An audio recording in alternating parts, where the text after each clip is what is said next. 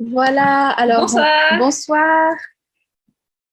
On est donc en direct. On va attendre quelques minutes que les personnes arrivent. Tradition d'attendre quelques minutes. Bon, en tout cas, on espère que vous allez bien. On est très contente de faire ce webinaire ce soir. C'est un sujet qui nous tenait beaucoup à cœur, en fait, l'insuffisance ovarienne.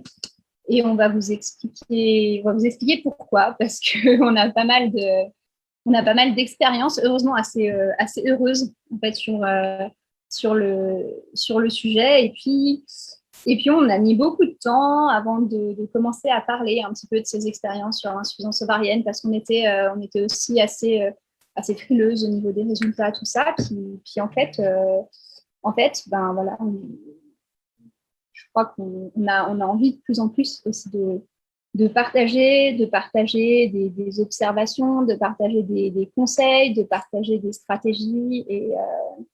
Et voilà, ça nous semble important. Voilà, je suis désolée, je ne suis pas très disponible là tout de suite parce que je suis en train de gérer la technique. C'est ça aussi le live, c'est gérer la technique en même temps.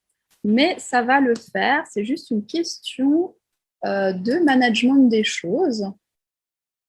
Allez, moi, et puis, on a aussi des personnes qui nous demandent. Alors, effectivement, c'est la première fois qu'on fait un live seul, c'est-à-dire seulement fertiline. Les autres fois, on parlait de ces sujets avec des cliniques partenaires.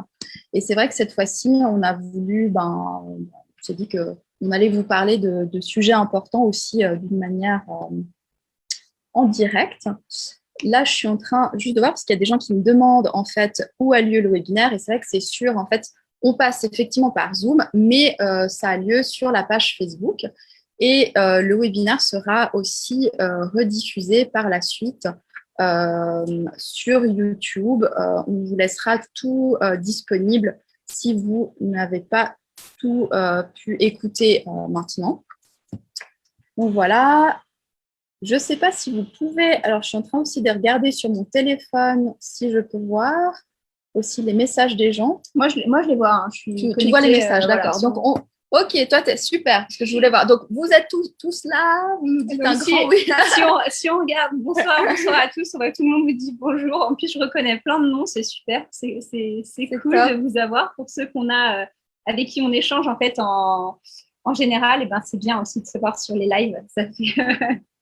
Ça fait du bien. Et puis, oui, donc si vous nous voyez regarder nos téléphones, ne vous inquiétez pas, on regarde vos messages. Voilà. En fait, on est concentré sur vous, c'est pas qu'on est en train de faire autre chose. On est focalisé, mais on ne les voit pas sur l'écran. Donc, du coup, moi, je ne vois pas sur mon téléphone, je ne sais pas. Alors, ah écoute, oui, je suis là. Pas grave, tu vois, je peux te mettre là. Voilà. Mais c'était comme ça. Je croyais que c'était sympa de voir. Ah voilà, les commentaires. Oula, et si je baisse le son. Ok. Super la technique, hein, on dit les femmes et la technique. Bon. C'est pas, on va pas parler parce que je pense qu'on est. Je me demande, d'ailleurs, est-ce qu'il y a un homme parmi vous, parmi nous? Je pense pas, hein. Ça m'étonnerait. Ce serait tellement intéressant. On sait que certains hommes participent au webinaire et aussi au webinaire membre avec leurs femmes. On a rarement des hommes qui participent tout seuls. Mais encouragez-les, hein, si vous pouvez, à participer, parce que c'est tellement important qu'ils comprennent aussi leur rôle. Et d'ailleurs, je me demande si à un moment donné, je sais qu'on devrait faire un webinaire spécial. Je pense que ça sera le prochain sujet. Ça, c'était justement je voulais t'en parler parce qu'on délaisse souvent la fertilité masculine parce que c'est souvent les femmes qui se sentent plus concernées. Et pourtant, quand on fait un enfant, on est quand même deux. On va en parler d'ailleurs un petit peu ce soir. Même dans l'insuffisance ovarienne, on va parler des hommes. Voilà, c'est pour ça aussi que je posais la question s'il y avait des hommes, parce que c'est quand même important le côté masculin. Il faut qu'ils arrêtent de stresser les femmes. Non, je plaisante. Ouais. Non. Mais c'est vrai que c'est mais savoir, qu'est-ce qu'il y a des gens qui nous parlent aussi sur Instagram, voilà. Ah, super, merci, on nous publie une petite photo, c'est chouette. Voilà, les joies de se voir en live. Et puis, oui, donc je pense que le prochain webinaire, ce sera pour les hommes. La question, c'est est-ce que ce sera les femmes qui regarderont pour leurs hommes ou ce sera les hommes qui vont regarder. Ça serait chouette qu'en tout cas, qu'ils puissent participer, enfin que vous puissiez regarder en couple.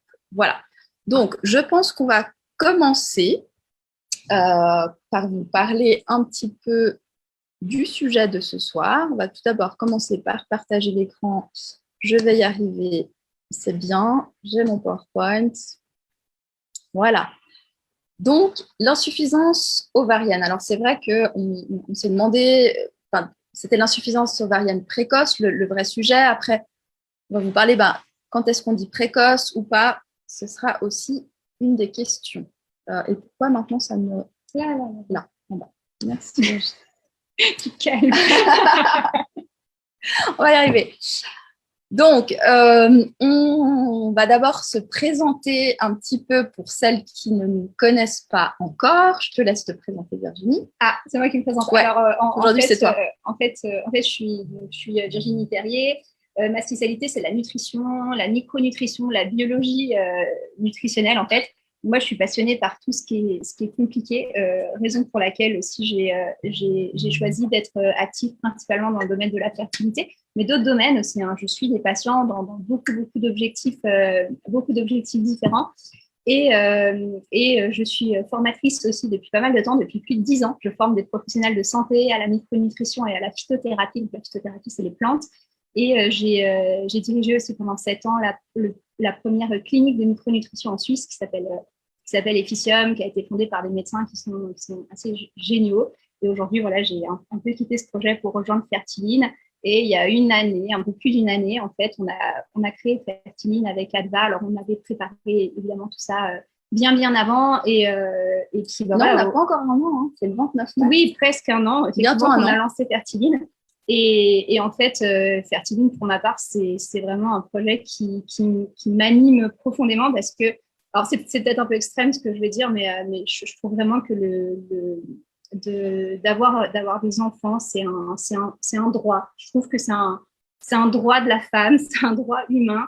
Et aujourd'hui, moi, du couple, et moi, j'ai beaucoup de mal à concevoir que certains couples n'aient pas ce droit. Je trouve cette injustice cruelle et c'est, à mon sens, une des plus grosses blessures de vie. Alors évidemment, on va pas rétablir le monde entier, peut-être avec le programme Fertiline, mais en tout cas, nous, notre objectif, c'était d'aider dans le plus de couples possible, d'essayer de comprendre ce qui se passe, d'essayer d'éponger un petit peu cette injustice et puis c'est un peu notre devoir, quoi, je trouve, de donner les plus grandes chances possibles aux couples qui sont dans un désir de conception.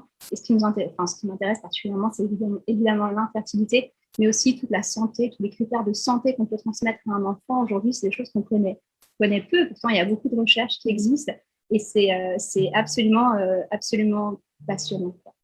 Voilà. Donc, merci Virginie. Moi, c'est Adva. Mon travail est d'orienter en fait les couples dans leur fertilité et au niveau de la PMA à l'étranger. J'ai fondé Art Fertilité il y a 6 ans, justement sur ma propre histoire que je vous raconterai un petit peu tout à l'heure. Et j'ai décidé donc d'accompagner les couples pour les orienter dans leur choix de la clinique à l'étranger. Savoir quelle. Alors pas, donc je vous rassure, il n'y a pas la clinique phare, mais il y a plein de super bonnes cliniques.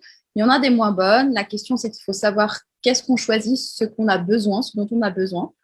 Et puis il y a aussi des questions. Il ne faut pas se laisser avoir par les cliniques parce que c'est aussi un business.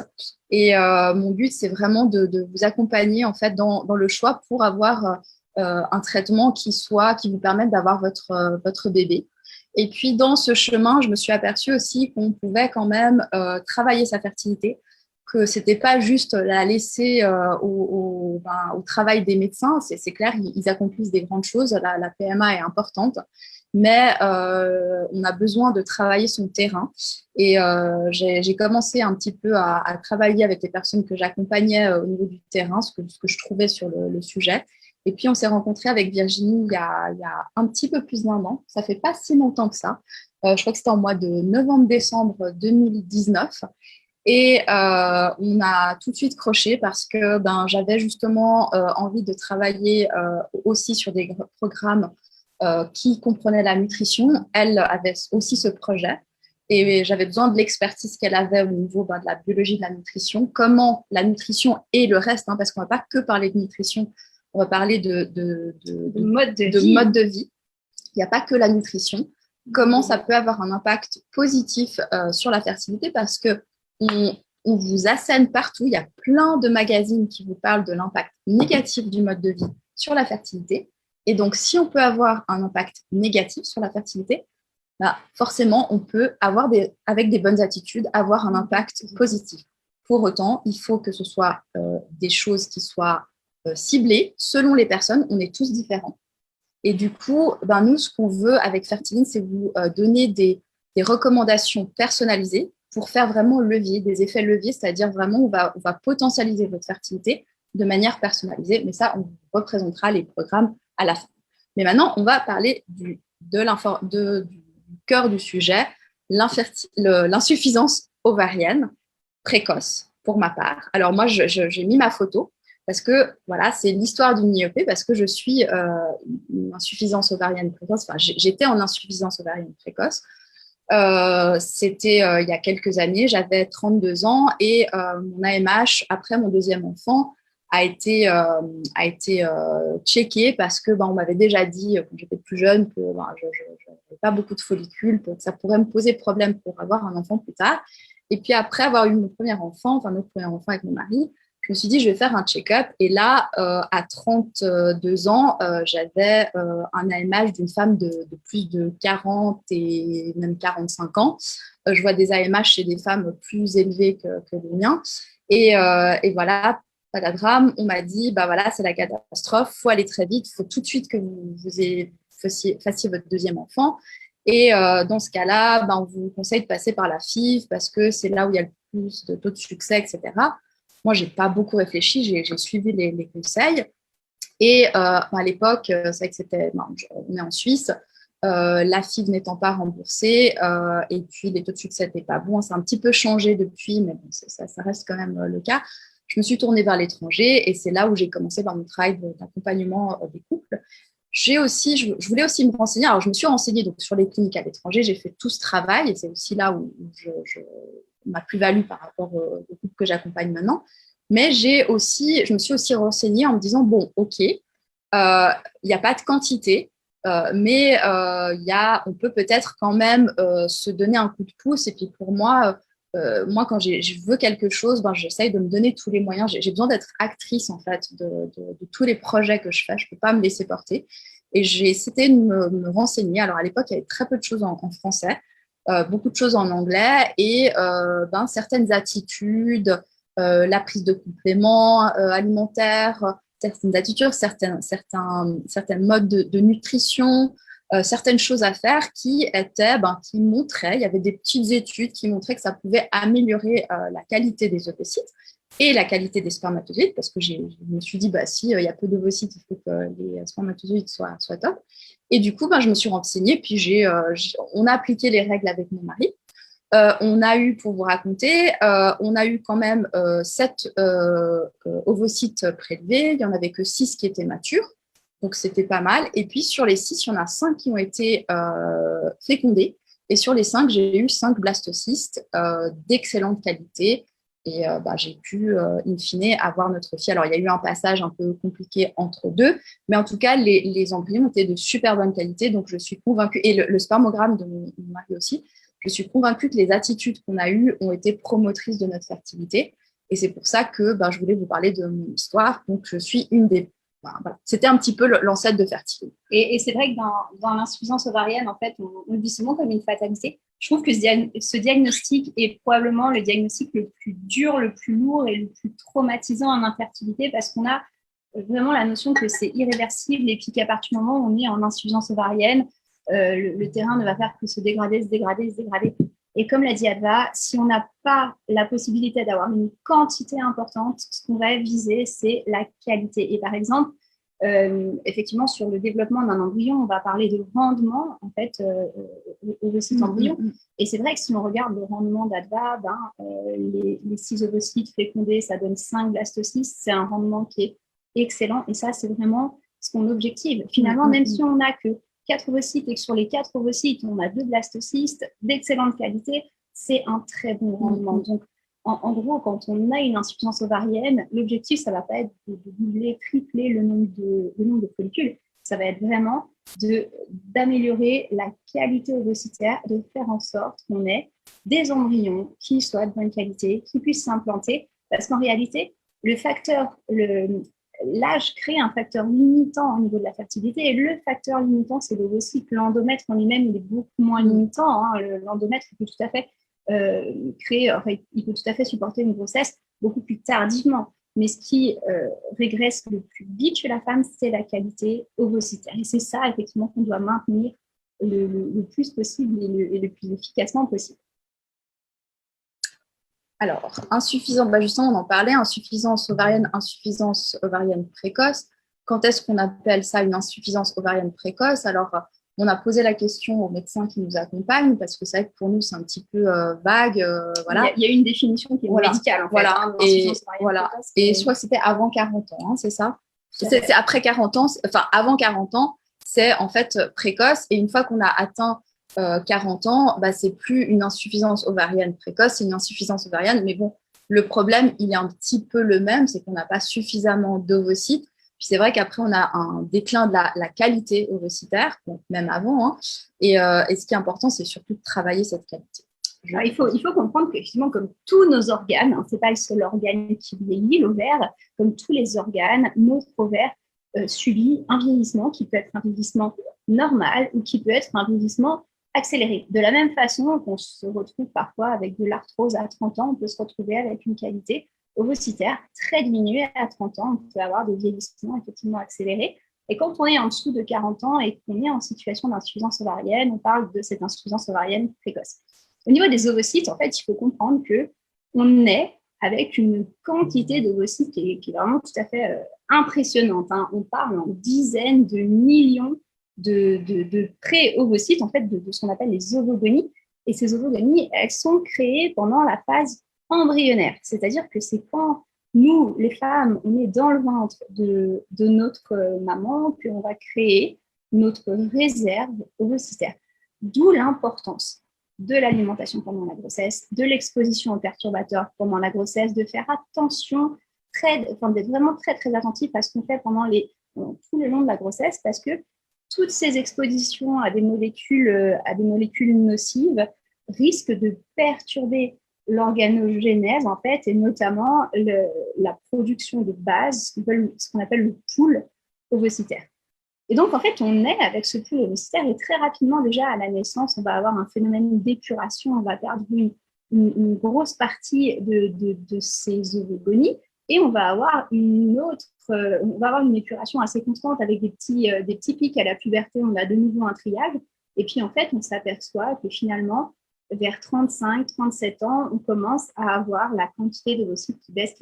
Mais si vous regardez vraiment cette courbe, vous vous rendez compte que quand même, par exemple, quand on est autour des 45 ans, on a quand même encore plus de 10 000 ovocytes. Donc, la limite, elle n'est pas non plus, dramatique. On n'a pas de limite d'âge, on n'a pas un âge auquel... d'ovocytes. Voilà, c'est un problème plus de qualité. En fait, c'est plus un problème effectivement de qualité ovocytaire. Et ce qu'il faut comprendre, c'est qu'on veut évidemment des ovocytes de qualité et que la qualité des ovocytes, elle a tendance à dégraisser à partir de 40 ans, où là, on a une plus grande probabilité d'avoir des ovocytes qui n'ont pas forcément le bon nombre de chromosomes et du coup qui sont aneuploïdes et qui risquent de donner des embryons aneuploïdes et des grossesses qui ne seront pas évolutives ou pas de grossesse. Donc ça, c'est une réalité. On a un vieillissement de l'ovaire et on peut avoir un vieillissement de l'ovaire accéléré aussi. Donc, quand c'est trop précoce, évidemment, ça arrive avant 40 ans. Et si on regarde vraiment la définition de l'insuffisance ovarienne, elle est plutôt définie par l'absence de règles, mais qui n'est pas toujours un critère non plus, et par une FSH au-dessus de la norme, donc supérieure à 20 unités internationales, et prélevé au moins 2 fois comme ça. C'est-à-dire qu'il faut 2 dosages successifs, logiquement, de la FSH, et constater au moins 2 fois une FSH très, très au-dessus de la norme pour se dire, OK, là, on est en insuffisance ovarienne précoce. Alors ça, c'est les 2 critères qui sont retenus sur le plan médical, mais après, plein de personnes, plein de femmes d'entre vous vont se dire, mais moi j'ai un diagnostic d'insuffisance ovarienne, puis j'ai mes règles, et moi j'ai un diagnostic d'insuffisance ovarienne, et puis en fait, ma FSH, elle est normale. Alors, souvent, c'est le cas. Moi, je vois souvent des insuffisances ovariennes, enfin, le médecin qui parle d'insuffisance ovarienne avec une FSH qui est à moins de 10. Exactement. Donc, en fait, on n'a pas forcément ce critère-là. Attention, ça, c'est des critères qui sont établis, mais il y a d'autres critères. Et ces autres critères, j'y viens. Alors, notamment, on peut définir qu'on a une insuffisance ovarienne quand on a, par exemple, un taux d'œstrogène ou de progestérone qui commence à dégraisser. Là, on peut se dire, là, OK, il y a une chute hormonale. Quand on a une diminution de l'AMH aussi, ou quand on a une diminution de la quantité de follicules en trop, c'est vrai qu'on pose la limite souvent au niveau des follicules en trop à 6 follicules dans chaque ovaire, au niveau du comptage de ces follicules. Et si on est en dessous et si on est bien en dessous, on peut se dire là, effectivement, il y a quand même une baisse de la quantité de follicules. Et on peut aussi établir qu'il y a une insuffisance ovarienne précoce quand on a une mauvaise réponse aux stimulations ovariennes. C'est-à-dire que finalement, si on va stimuler quelqu'un à 300, 350, 408 et puis qu'on a 3, 4 follicules, là, on va se dire qu'il y a un problème quand même. Donc, effectivement, on se dit la base, le critère, c'est pas de règle, une FSH très, très augmentée sur 2 prises, mais il y a plein d'autres critères qu'on peut prendre en compte. Et c'est pour ça que aussi, la seule personne qui peut vraiment poser un diagnostic d'insuffisance ovarienne, c'est votre gynécologue. Ce diagnostic, il n'est pas non plus hyper simple à poser, donc ça peut être intéressant de voir plusieurs gynécologues et d'écouter un petit peu ce qu'on vous dit. Et sur les insuffisances ovariennes, souvent, on va avoir tendance à stimuler beaucoup quand on fait des FIV, mais ça, Adva, tu pourras peut-être nous en parler un petit peu après. Il y a aussi des centres qui font des stimulations douces et parfois les ovaires qui sont déjà fatigués en fait, dans le cas d'une insuffisance ovarienne répondent mieux à une stimulation douce qu'à une stimulation très importante où parfois on a vraiment un blocage et peut-être que c'est arrivé à certaines d'entre vous de voir carrément une chute de l'AMH suite à une stimulation dans le cadre d'une insuffisance ovarienne ou d'avoir déclenché une insuffisance ovarienne après une stimulation. On peut avoir des phénomènes transitoires comme ça qui sont vraiment liés à des espèces de blocages en fait, de blocage de l'ovaire. Alors justement, alors ça c'est en aparté parce que c'est effectivement ça à l'étranger, c'est pas en France. En tout cas, j'ai pas forcément vu de protocole comme ça en France. En Suisse, je sais qu'il y a certains médecins qui essayent, qui les testent en fait ces protocoles, enfin sur demande. Et c'est des protocoles. C'est vrai qu'on peut pas demander au médecin forcément d'utiliser un protocole qu'il connaît pas lui, qui n'a pas testé, parce que eux aussi ils pratiquent aussi sur ce qu'ils savent faire. Donc, c'est pas qu'ils ne veulent pas le faire, c'est qu'ils ne savent pas le faire. Mais c'est vrai qu'à l'étranger, notamment, j'ai un centre qui le fait beaucoup, sur les AMH qui sont faibles, va stimuler alors, avec des stimulations douces. Alors, c'est pas du tout de stimulation, c'est douce, parce qu'il y a aussi les FIV natives, c'est pas la même chose. Et là, c'est vrai que l'idée, c'est d'avoir finalement 3 follicules, 3 ovocytes, ce qui, in fine, souvent, les femmes, même avec des AMH bas, même si on bombarde, j'appelle ça bombarde, parce que souvent avec 375, parce qu'on est souvent des Français, ou 400 IU, arrivent à produire que 3-4 ovocytes, mais de mauvaise qualité, ou même des ovocytes vides, et bien là, elles arrivent à produire des ovocytes qui sont de meilleure qualité, des follicules vides, pardon, là, qui arrivent à produire des follicules qui ont des ovocytes de meilleure qualité, et qui, in fine, donnent des embryons. Alors, ça fait 1 ou 2 embryons, mais comme on l'a dit, on veut vraiment la qualité. Donc, ça peut être une chose à faire. Alors après, je sais qu'il y a certains médecins aussi en France qui essayent des choses. On nous a parlé d'un certain médecin qui le fait, mais ça reste encore anecdotique et peut-être que ça sera... il faut le demander. Oui, voilà, ça reste encore... Et puis, ce qu'il faut savoir aussi, c'est que finalement, l'objectif, quand on est en insuffisance ovarienne, c'est d'essayer de pousser la qualité ovocytaire. C'est ce qu'on va voir ce soir, c'est les conseils qu'on va vous donner ce soir. C'est les conseils qu'on donne dans le programme. Et la bonne surprise qu'on a eue, c'est vrai qu'au début, quand on a lancé les programmes avec Adva, on s'est même posé la question, est-ce que par honnêteté, on propose nos programmes aux personnes qui ont des insuffisances ovariennes? Et quand on a vu que sur nos testeurs, on avait quand même des résultats, on s'est dit, ah oui, là, il faut le faire. Parce que nous, on avait aussi cette idée, et j'en suis navrée, et c'est plus du tout ce que je pense aujourd'hui, mais au début, on avait quand même cette idée de l'insuffisance ovarienne, on est quand même sur quelque chose de peu réversible et sur un phénomène qui ne fait que de s'aggraver. Aujourd'hui, on ne pense plus vraiment ça. On a aussi passablement de couples et de femmes qui sont tombées enceintes dans le cadre des programmes, même beaucoup plus avant leur FIV.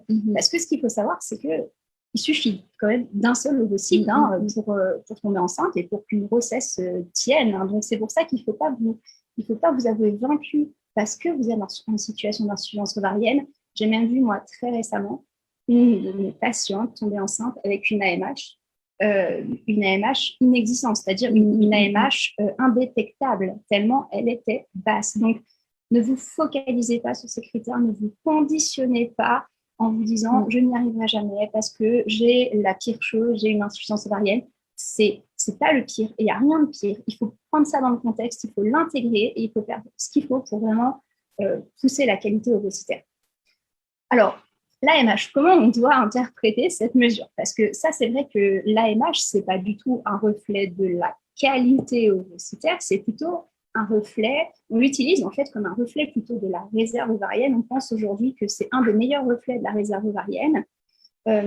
Et cet AMH, on ne veut pas qu'il soit trop bas, évidemment, mais on ne veut pas qu'il soit trop haut. Par exemple, dans le cas du syndrome des ovaires polykystiques, on va avoir des AMH qui vont être en général super élevés. Et par contre, on va avoir souvent peut-être des qualités ovocytaires qui sont sous-optimales aussi. Donc, on veut qu'elle soit dans la norme, cette mesure au niveau de l'AMH. On sait que l'AMH diminue avec l'âge et qu'on a en réalité relativement peu de chances de la faire augmenter et qu'elle est corrélée au nombre d'ovocytes obtenus dans une stimulation. C'est-à-dire que plus votre AMH est élevé, plus vous avez de chances d'obtenir des ovocytes dans une stimulation. Alors, l'AMH, je peux vous dire que nous, on a passé des réunions médicales à parler que de ça, tout simplement, parce que dans le cadre des programmes, on a vu, mais plein de fois, je pense qu'on est au-dessus de 80%, voire même 90% de nos utilisatrices qui ont une AMH qui a augmenté. Et au début, on voyait ça, on disait, bon, ok, erreur de changement de laboratoire, erreur de mesure, parce que l'AMH ne fait que de dégraisser, logiquement.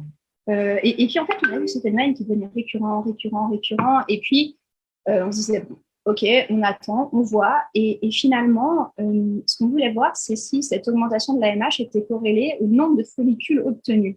Et en fait, on n'avait pas forcément des personnes qui doublaient le nombre de follicules obtenus. Il y en avait peut-être un en plus ou deux en plus par rapport à d'habitude. Par contre, globalement, il y a plus d'embryons. Globalement, il y avait plus d'embryons. Et surtout, on a quand même eu une quantité assez impressionnante de grossesses spontanées sur des profils d'insuffisance ovarienne. Spontanée ou avec le biais d'une insémination. Des choses assez légères finalement, parce que de nouveau, quand on essaye de pousser très fort ce pool d'ovocytes, quand il y a l'AMH est bas, on a l'impression que c'est comme si le corps il se bloquait en fait. C'est juste une idée comme ça, ça n'a rien de scientifique, mais c'est vraiment cette impression qu'on a que finalement les petites stimulations avec des AMH bas ou même du naturel, ça marche mieux. Ça marche effectivement assez bien. Donc, en tout cas, on ne perd jamais espoir. Quand on a une AMH qui est très basse, on voit aujourd'hui qu'on a vraiment des facteurs de variation qui sont assez importants. Et pour vous dire, dans nos premiers coups de testeurs qui ont commencé les programmes Fertiline, alors c'était quand? En juin 2019. En fait, c'était un peu après, ça fait à peu près 18 mois. Et en fait, dans ces premiers couples de testeurs, on avait un couple qui avait une AMH complètement effondrée. Et donc, ce couple-là, au bout de 6 mois de programme, l'AMH avait déjà augmenté. Au bout de 6 mois de programme, c'était beaucoup de contraintes, tout ça, qui nous ont dit, bon, en fait, ça devient un peu compliqué, on a aussi d'autres problèmes, on lâche un petit peu. Et puis, en fait, ils se sont remotivés, ils ont repris leur programme. Et au bout de 2 mois de programme, elle était enceinte. Et là, en fait, elle est enceinte. Elle vient de passer je crois qu'elle a 16 semaines de grossesse maintenant. Donc, en fait, c'était une des pires situations d'AMH effondrée qu'on avait. On avait, je crois, une AMH à 0,2 et qui est passée à 0,7. Et puis ensuite, on a eu cette grossesse spontanée. Après, ce que je voulais dire aussi, c'est que c'est vrai qu'il n'y a pas forcément que l'AMH. Parce que s'il n'y a que l'AMH qui est bas, ça c'est une situation. Après, c'est vrai que souvent on se rend compte qu'il y a des couples qui ont plusieurs situations, c'est-à-dire il y a en plus une endométriose, il y a d'autres choses en parallèle, et c'est là où on va voir que oui, l'AMH, on va se focaliser sur le fait que elle est basse, mais ce qu'il faut surtout, c'est régler essayer d'améliorer en fait son terrain, les autres problèmes, parce que c'est là où on va justement pouvoir améliorer une qualité des ovocytes. Parce que si on a un AMH bas, bon, c'est une chose, mais en plus une endométriose, on va essayer de diminuer les choses qui ne vont pas de l'endométriose pour pouvoir améliorer la qualité des ovocytes. Oui, voilà, exactement. Donc, en fait, il faut voir vraiment les choses dans son contexte global. Voilà, en fait, le contexte global. En tout cas, et c'est ce qu'on fait avec les programmes, justement, c'est voir le contexte global et vous donner les meilleures recommandations pour le contexte global. Donc, c'est pour ça que quand on nous demande qu'est-ce que vous faites pour améliorer l'AMH, ce n'est pas juste l'AMH à prendre tout seul et améliorer l'AMH, c'est vraiment améliorer le terrain, le contexte. Et puis là, on va, in fine, on va pouvoir vous mener vers votre bébé et pas forcément augmenter votre AMH. Oui, c'est effectivement, il y a vraiment beaucoup de facteurs qui sont très, très personnels, très individuels. Alors, la question qu'on peut se poser, c'est qu'effectivement, quand on est en insuffisance ovarienne précoce, c'est comme si la pente s'accélérait, comme si on avait un vieillissement ovocytaire accéléré. Et la question qu'on se pose, c'est pourquoi cette pente s'accélère? C'est une question qu'on se pose dans plein de pathologies. Pourquoi, à un moment donné, on déclenche une auto-immunité, une maladie dégénérative, une arthrose, toutes ces choses dégénératives? Pourquoi on les déclenche et pourquoi d'un coup il y a une accélération? Cette question, on se l'est posée dans le cadre de l'insuffisance ovarienne, comme on se la poserait dans n'importe quel contexte sur lequel on a une accélération du vieillissement. Et on va vous en parler aujourd'hui, on va vous parler de certaines choses qu'on met dans les programmes. Alors, évidemment, la problématique d'insuffisance ovarienne est une des problématiques les plus complexes de fertilité. On pourrait vous en parler pendant 5 heures, 10 heures peut-être, je ne sais pas combien de temps, qu'il y a tellement de facteurs individuels. Aujourd'hui, je voulais simplement vous faire ressortir les facteurs qui, selon moi, sont les plus forts. Après, je vois que vous avez des questions et on va y répondre à ces questions, mais je propose qu'on fasse vraiment tout le fil de la présentation. Puis après, je remonterai les questions. Voilà, puis ensuite, on répondra effectivement à vos questions, mais n'hésitez pas, quand vous avez des questions, à déjà les poster sur le fil, et puis comme ça, on va y répondre petit à petit. Mais à savoir que voilà, il y a quand même des choses qui sont importantes et souvent qu'on sous-estime parce que quand on parle, alors on voit dans les échanges, quand on nous dit mais comment on fait pour faire évoluer une qualité ovocytaire, qu'est-ce que vous pensez de la DHEA et de la mélatonine? Moi, je trouve que c'est très bien la DHEA et la mélatonine, mais sachez que vous en produisez tous les jours de la DHEA et de la mélatonine. Ce n'est pas que des choses qu'on a en externe. La DHEA, c'est une hormone qu'on produit en interne. La mélatonine, c'est un neurotransmetteur qu'on produit en interne. Donc, la mélatonine, la DHEA, on est capable d'en produire. Et si elle baisse, la question à se poser, ce n'est pas d'en mettre davantage, c'est plutôt se dire mais pourquoi, en fait, ces hormones ont baissé? Ça fait partie de quoi comme contexte et pourquoi ça s'est effondré d'un coup? Alors, évidemment, on va parler de complémentation aussi. Mais moi, ce que je voulais vous présenter, c'était plutôt le contexte physiologique. Il n'y a pas de solution miracle, il n'y a pas une chose à prendre face à une myopée, sinon tout le monde serait au courant, ça serait s'il n'y avait qu'une seule chose qui marchait. Parfois, des femmes prennent de la mélatonine et ça ne marche pas. D'autres femmes prennent de la DHEA et ça ne marche pas. Certaines en prennent et ça marche. Donc, évidemment, il y a des études qui sont en faveur de ces conseils, mais vous devez quand même comprendre qu'une hormone ou un neurotransmetteur d'apport externe ne sera jamais, jamais aussi efficace que celui que vous êtes capable de produire. Notre corps reconnaît hyper bien nos molécules. Quand vous mettez un apport externe en hormones, vous devez doubler, tripler, voire faire 1000 fois les doses pour que cette molécule soit reconnue par votre organisme. C'est pour ça que nous, le parti pris qu'on prend dans les programmes, alors sur certaines parties, on complémente, évidemment, et puis sur d'autres, et on essaie de pousser le mode de vie pour entraîner des productions beaucoup plus importantes sur le plan hormonal et un meilleur équilibre hormonal. On va en parler. La première partie, ce sera justement l'épuisement hormonal.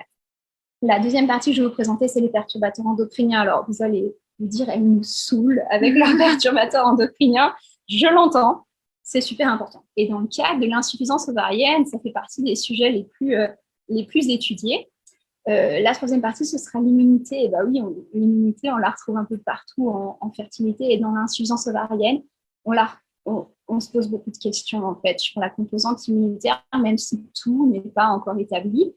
On va parler de déviation hormonale. Alors ça paraît compliqué, mais vous verrez, c'est simple. Et on va parler d'oxydation aussi. Donc, on va reprendre ces différents éléments et voir comment on peut en fait les moduler les uns après les autres. Alors, l'épuisement hormonal, là, je vais faire hurler tout le monde avec ce truc. En fait, il faut comprendre que quand on parle de fertilité, améliorer sa fertilité, ce n'est pas que enlever des aliments. on a souvent cette attitude. Dès qu'on veut améliorer un facteur de santé, tu veux améliorer ci, il faut enlever le lactose, tu veux améliorer ça, il faut enlever, je ne sais pas, la graisse de cacahuète.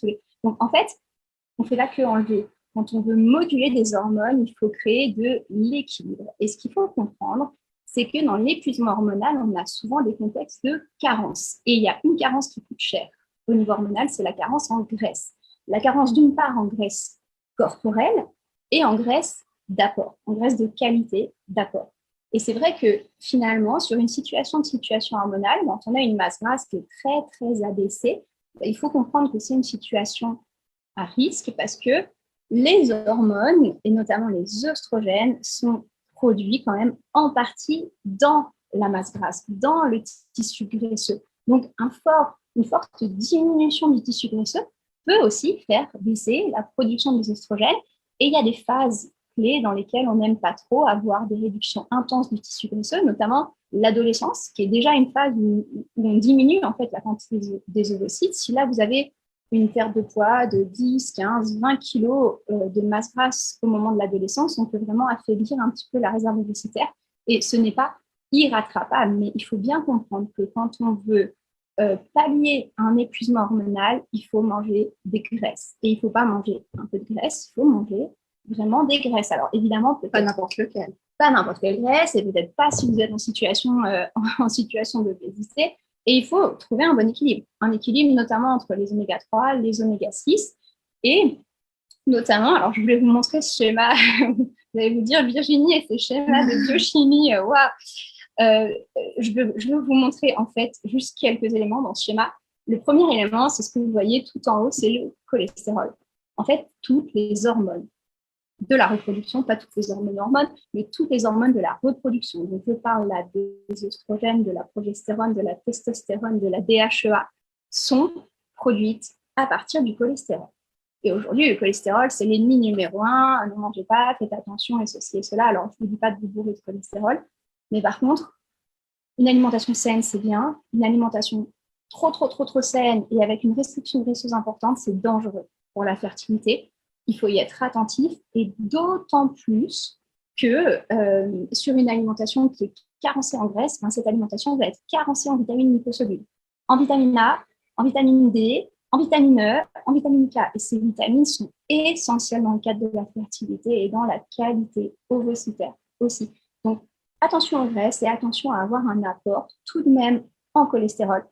La deuxième chose qu'on voit dans ce schéma, c'est que vous voyez que la dernière phase de tout au bout du schéma, là à droite, la dernière phase de production des oestrogènes est gérée par une enzyme qui s'appelle l'aromatase. Alors, compliqué. Donc, l'aromatase, elle fait l'aromatisation, c'est-à-dire qu'elle transforme les androgènes, les hormones mâles, en hormones femelles, et elle les transforme à 2 endroits. Premier endroit, la masse grasse. Donc, si vous n'avez pas assez de masse grasse, pas de bol, ce ne sera peut-être pas suffisamment bien transformé. Et deuxième endroit, le foie. Donc, en fait, si vous n'avez pas suffisamment de masse grasse, il faut avoir un foie qui tourne à fond. Et il faut, dans tous les cas, en fertilité, essayer d'avoir un fonctionnement hépatique qui tourne bien. Les aromatases, elles tournent vraiment dans la masse grasse et dans le foie.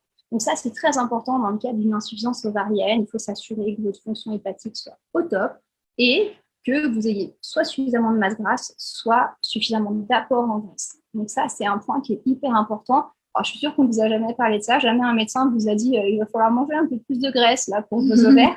Et pourtant, c'est hyper important parce que si vous ne faites pas ça, votre réponse aux stimulations va être atténuée, va clairement être atténuée. Alors, c'est vrai que des fois, on a des utilisatrices qui lisent leur programme, qui nous disent que ça fait quand même beaucoup de graisse dans certaines situations. Oui, ça fait beaucoup de graisse. Souvent, c'est transitoire. C'est juste fait pour augmenter fortement l'apport en graisse et on ne prend pas forcément de poids en mangeant des graisses. Et c'est surtout, voilà, c'est vraiment ce qu'on appelle les bonnes graisses. On va vous dire, en fait, où il y a les bonnes graisses parce que, et c'est surtout la compa. Il y a quelqu'un qui essaye de m'appeler, je n'arrive pas à stopper. Et c'est surtout, en fait, le ratio entre bonnes graisses et mauvaises graisses qu'il faut beaucoup travailler parce que si on augmente, en fait, ces bonnes graisses mais qu'on ne diminue pas les mauvaises graisses, tout ça, on en a parlé dans des anciens webinaires, donc on vous invite aussi à aller les voir sur YouTube, ils sont disponibles. c'est le ratio qui est important parce que si on augmente beaucoup les bonnes graisses, mais qu'on ne fait pas un travail de diminution des mauvaises, ben, voilà, c'est pas génial. Les mauvaises graisses ne sont pas top non plus. Ça augmente l'inflammation et l'inflammation, c'est pas top pour la qualité des œufs. C'est d'augmenter la quantité de graisse, mais dans l'équilibre. Voilà. Vraiment dans l'équilibre. Alors, deuxième plan, donc les graisses, il faut y penser. Deuxième plan, les perturbateurs endocriniens. C'est ce qui est le plus établi dans l'insuffisance ovarienne précoce. Et aujourd'hui, on pense que c'est un des critères majeurs de l'insuffisance ovarienne précoce.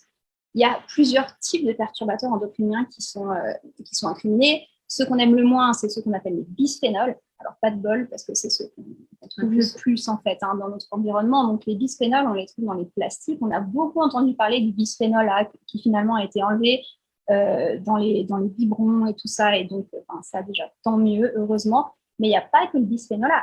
Il y a plein de types de bisphénols. Vous avez l'alphabet, en fait, des polyphénols, des polyphénols, pardon, des bisphénols. Le A, c'est le premier. C'est celui qui a été classé le plus dangereux et qui a été interdit. Voilà, dans certains composants, maintenant, il reste énormément de bisphénols. Les bisphénols se trouvent dans les plastiques. Donc, il faut faire attention à tout ce que vous utilisez qui est dans du plastique. Et ce qu'on ne doit jamais faire, c'est évidemment faire chauffer du plastique. Donc, le tupperware que vous prenez, que vous mettez au micro-ondes, ça, c'est fini. La bouteille d'eau qui est restée exposée au soleil, et même si vous la mettez ensuite au frigo, elle a quand même, en fait, vous buvez tout le plastique, le tout bisphénol qu'il y a dans le plastique de votre bouteille. La chaleur fait migrer en fait les bisphénols vers l'eau, et donc du coup après vous buvez effectivement des bisphénols et des particules de plastique aussi.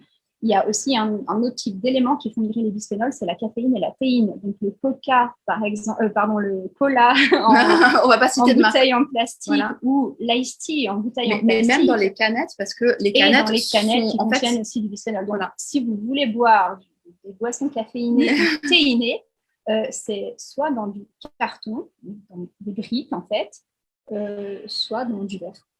Et sinon, on évite, de toute façon, il y a du sucre, c'est pas terrible.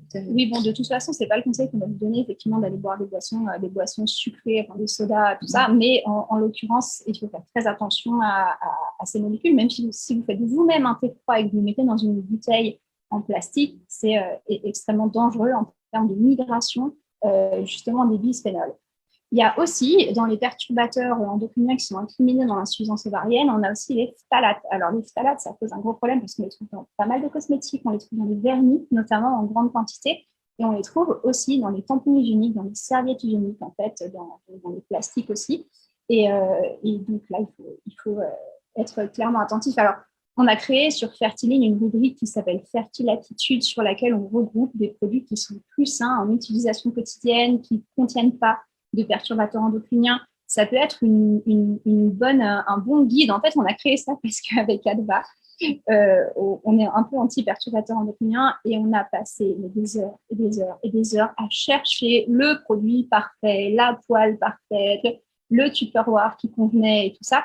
Et en fait, vu qu'on a fait tout ce travail pour nous, on s'est dit que ce serait quand même vraiment dommage dans le domaine dans lequel on est de ne pas vous en faire profiter. Donc, on a créé cette rubrique.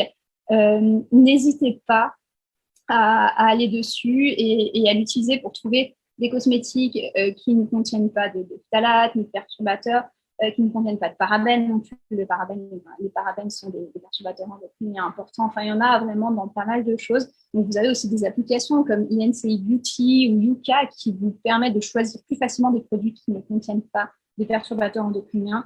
Utilisez ces fonctions. Et en fait, il y a un chiffre qu'on avait mis dans une de nos publications et qui ressortait d'une étude qui a été faite assez récemment, le chiffre de 450. Et 450, c'est le nombre de perturbateurs endocriniens œstrogéniques qu'on a en contact régulier dans notre environnement. Donc, vous voyez, ce n'est pas une chose qu'on peut négliger. 450, c'est énorme. Ça veut dire que toutes les semaines, vous êtes potentiellement exposé à 450 molécules qui perturbent votre fonctionnement hormonal. Ne négligez pas ça, diminuez vraiment au maximum les perturbateurs. Et c'est un peu logique parce que finalement, on voit quand même une recrudescence de l'insuffisance ovarienne chez des femmes de plus en plus jeunes. Oui. Et on sait qu'en même temps, il y a de plus en plus de perturbateurs endocriniens parce qu'en fait, il y en a partout, absolument partout. Donc en fait, il y a cette corrélation. Alors évidemment, il n'y a pas... il y a des petites études qui montrent cette corrélation, etc. Mais ça semble logique, en fait, que de plus en plus, on est exposé à cette problématique. De moins en moins, la qualité aussi des ovocytes et au rendez-vous, et des spermatozoïdes. Il y a eu beaucoup aussi récemment d'articles sur la qualité des spermatozoïdes, et on incrimine le mode de vie. Donc clairement, c'est important. Alors oui, on ne peut pas éviter tous les perturbateurs endocriniens parce que c'est pas possible. Nous-mêmes, je veux dire, faudrait, c'est pas possible. Mais on sait que même diminuer de 10%, 30% son exposition, ça peut déjà améliorer votre fertilité. Tout ce que vous diminuez, c'est voilà. Et c'est pour votre futur enfant aussi. Et sans dire que ces molécules sont extrêmement toxiques aussi pendant la grossesse et pendant l'allaitement. Elles ont un passage placentaire qui est extrême et en plus de ça, elles sont stockées dans la masse grasse. Et la première chose que vous donnez à un bébé quand vous êtes enceinte, c'est de la graisse en fait. C'est votre masse grasse. Vous libérez votre masse grasse vers votre bébé. Donc il faut faire quand même, il faut être vraiment attentif au maximum à ces molécules extrêmement toxiques en fait. Troisième point, l'immunité.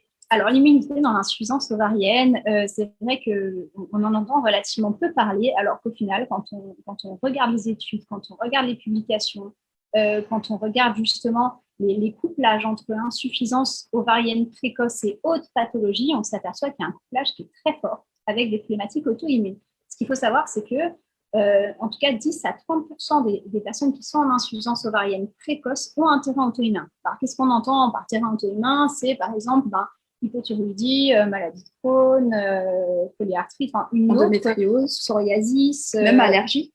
Et même allergie. Alors, on n'est pas vraiment dans l'auto-immunité avec l'endométriose et l'allergie, mais on est sur des terrains, en tout cas, des terrains sensibles, clairement, sur le plan immunitaire. Et il y a aussi un phénomène héréditaire. On sait qu'une femme qui a eu une maman avec une insuffisance ovarienne précoce a plus de chances d'avoir une insuffisance ovarienne précoce. Donc, il y a un grand point d'interrogation sur l'immunité et sur l'idée que l'insuffisance ovarienne précoce peut relever aussi d'une problématique d'ordre immunitaire et auto-immune. D'ailleurs, on a quand même 5% des insuffisances ovariennes précoces qui sont avérées auto-immunes, sur lesquelles on a des anticorps et qui sont classées dans les insuffisances ovariennes classiques. Et après, est-ce que c'est toujours recherché? Non, probablement pas. Et puis, dans les insuffisances ovariennes précoces qui sont couplées avec des endométrioses, là, on est clairement sur un terrain immunitaire et on ne peut pas zapper la régulation immunitaire pour gérer ces terrains-là. C'est un levier essentiel et c'est un levier particulièrement puissant. Et il faudrait le faire, évidemment, dans la régulation du terrain. Donc, 3 à 6 mois avant une conception, l'idéal, ce serait de réguler complètement le terrain avant d'aller faire une stimulation pour essayer de gagner en qualité ovocitaire. Dans l'endométriose, on a fait un webinaire aussi à ce sujet. Si vous ne l'avez pas vu et que vous avez une endométriose, je vous conseille de le regarder.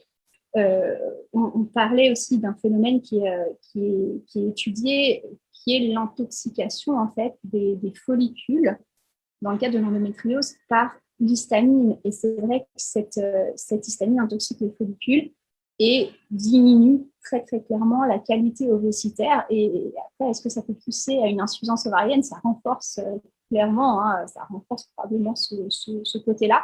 Donc, il y a tout un contexte qui va avec l'insuffisance ovarienne. Il faut bien comprendre, il faut bien le cerner et c'est comme ça qu'on trouve les bons leviers. Et je trouve intéressant aussi cette idée d'immunité parce que c'est vrai que souvent, la solution quand on a une insuffisance ovarienne sévère, c'est d'aller vers le don d'ovocytes, puisque moi, j'accompagne beaucoup de gens qui vont vers le don d'ovocytes. Le problème, c'est que si on a un terrain auto-immun, on a un terrain où on a un problème d'immunité et qu'on va vers le don d'ovocytes, en fait, on ne règle pas vraiment le problème parce qu'on va avoir des problèmes quand même de fausses couches. Et je vois souvent en fait des gens qui se disent bon, j'ai plus d'ovocytes, la solution c'est d'aller faire un don d'ovocytes, génial, on va voilà.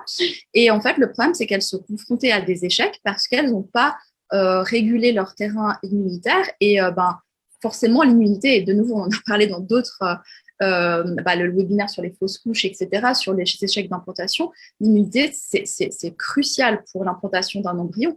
Donc, même si vous êtes en insuffisance ovarienne, que vous vous dites, le don d'ovocytes, c'est la solution in fine, oui, c'est clair que si on n'arrive pas à avoir des ovocytes de qualité, c'est une super bonne solution. Par contre, d'abord, essayez de réguler votre terrain immunitaire parce que sinon, vous risquez d'aller aussi vers un échec avec le don d'ovocytes. Et exactement, il faut comprendre si dans votre insuffisance ovarienne, il y a une problématique immunitaire. Alors, c'est vrai que là, quand on vous dépeint le tableau, à la fin, vous allez vous dire, là, mais il y a ça, puis il y a ça, puis il y a ça. Et c'est aussi la raison pour laquelle nous, on a créé les programmes, c'est pour faire le tri, en fait. Qu'est-ce qui concerne telle ou telle personne? Tout le monde n'est pas concerné par l'immunité, tout le monde n'est pas concerné par les perturbateurs endocriniens, tout le monde n'est pas concerné par les problématiques de restrictions graisseuses et justement de ralentissement du système hormonal qui y sont liés. Donc, c'est important effectivement de trier et de comprendre quelles sont les bonnes stratégies pour telle ou telle personne. Donc, celles qui connaissent le programme savent que nous, en fait, on choisit les stratégies, on trie les stratégies qui sont adaptées au profil de la personne. C'est ça l'intérêt, en fait. Alors, la déviation hormonale. Donc, l'immunité, évidemment, il y a beaucoup de choses pour réguler l'immunité. Déjà, on peut avoir beaucoup de régulateurs immunitaires dans l'alimentation, mais effectivement, il faut trouver les bons leviers. On peut avoir des compléments qui vont réguler l'immunité, qui vont travailler notamment sur la flore intestinale. Le plus gros biais de régulation de l'immunité, c'est évidemment la flore intestinale. Des carences en certaines vitamines, un excès de stress, tout ça, ça crée de la dérégulation immunitaire. C'est pour ça qu'une fonction ne tourne jamais toute seule. L'immunité, ça ne tourne pas tout seul. Ça tourne avec les hormones de stress, ça tourne avec les vitamines, les minéraux. Donc, il faut comprendre quel est l'embriquement des fonctions les unes dans les autres et essayer d'amener de l'équilibre partout, en fait, quand on veut régler un problème de fond. La déviation hormonale. Alors, je vous ai présenté un schéma un peu de ce type-là tout à l'heure. Allez, on dirait le même, hein. Pour moi, on dirait le même. Mais ça commence par les mêmes choses, mais tu vas nous expliquer. Allez, je vous représente le même. On est parti. Ça commence par le cholestérol. Ça commence toujours par le cholestérol. Donc, le cholestérol, c'est la base de toutes les hormones. Mais ce qu'il faut comprendre, c'est que le cholestérol est la base de toutes les hormones de la reproduction, mais aussi de toutes les hormones de survie. Alors, ce que j'appelle les hormones de survie, c'est les hormones qu'on va produire dans des situations de stress chronique, quand on est exposé à un stress de façon permanente, ou par exemple à une restriction de sommeil de façon permanente, à des changements d'horaire, quand on travaille de nuit, puis de jour, comme ça, avec un stress justement horaire de façon permanente, on va se mettre à produire des hormones de survie et de stress chronique, et la principale est le cortisol. Mais il n'y a pas que le cortisol, il y a la testostérone aussi, il y a la DHEA qui sont des hormones du stress chronique, mais la plus nocive évidemment, c'est le cortisol. En fait, ce qu'il faut comprendre, c'est que pour produire le cortisol, la DHEA, la testostérone, la progestérone, les oestrogènes, il n'y a que le cholestérol. C'est comme si vous aviez un seau de sable et puis vous devez remplir des petits pots. Et puis qu'à un moment donné, si vous vous mettez à stresser de façon chronique, le cortisol, ça devient un grand pot, donc vous allez remplir beaucoup celui-là, puis il n'y a plus de sable pour les petits pots. Donc ça, c'est ce qu'on appelle la déviation hormonale. C'est-à-dire que vous allez mettre toute votre énergie sur la production du cortisol, qui est une hormone absolument prioritaire parce que ancestralement, notre corps produisait du cortisol quand on était dans des situations de danger pour notre vie. Donc, c'est une hormone qui est capable de ralentir tous les autres systèmes, le cortisol. Donc, c'est pour ça qu'une hyperproduction de cortisol va appeler à elle toutes les ressources, en fait, tout le cholestérol pour cette production, et que finalement, il ne reste plus rien pour les autres. Donc là, on peut avoir effectivement une chute hormonale et même parfois des ménopauses, des fausses ménopauses en quelque sorte, des ménopauses précoces. Alors moi, j'ai vu ce tableau, mais tellement de fois, des ménopauses précoces, par exemple, à 35 ans, à 40 ans, et chez des femmes qui, une fois qu'on a géré des situations de stress chronique, reprennent un cycle normal.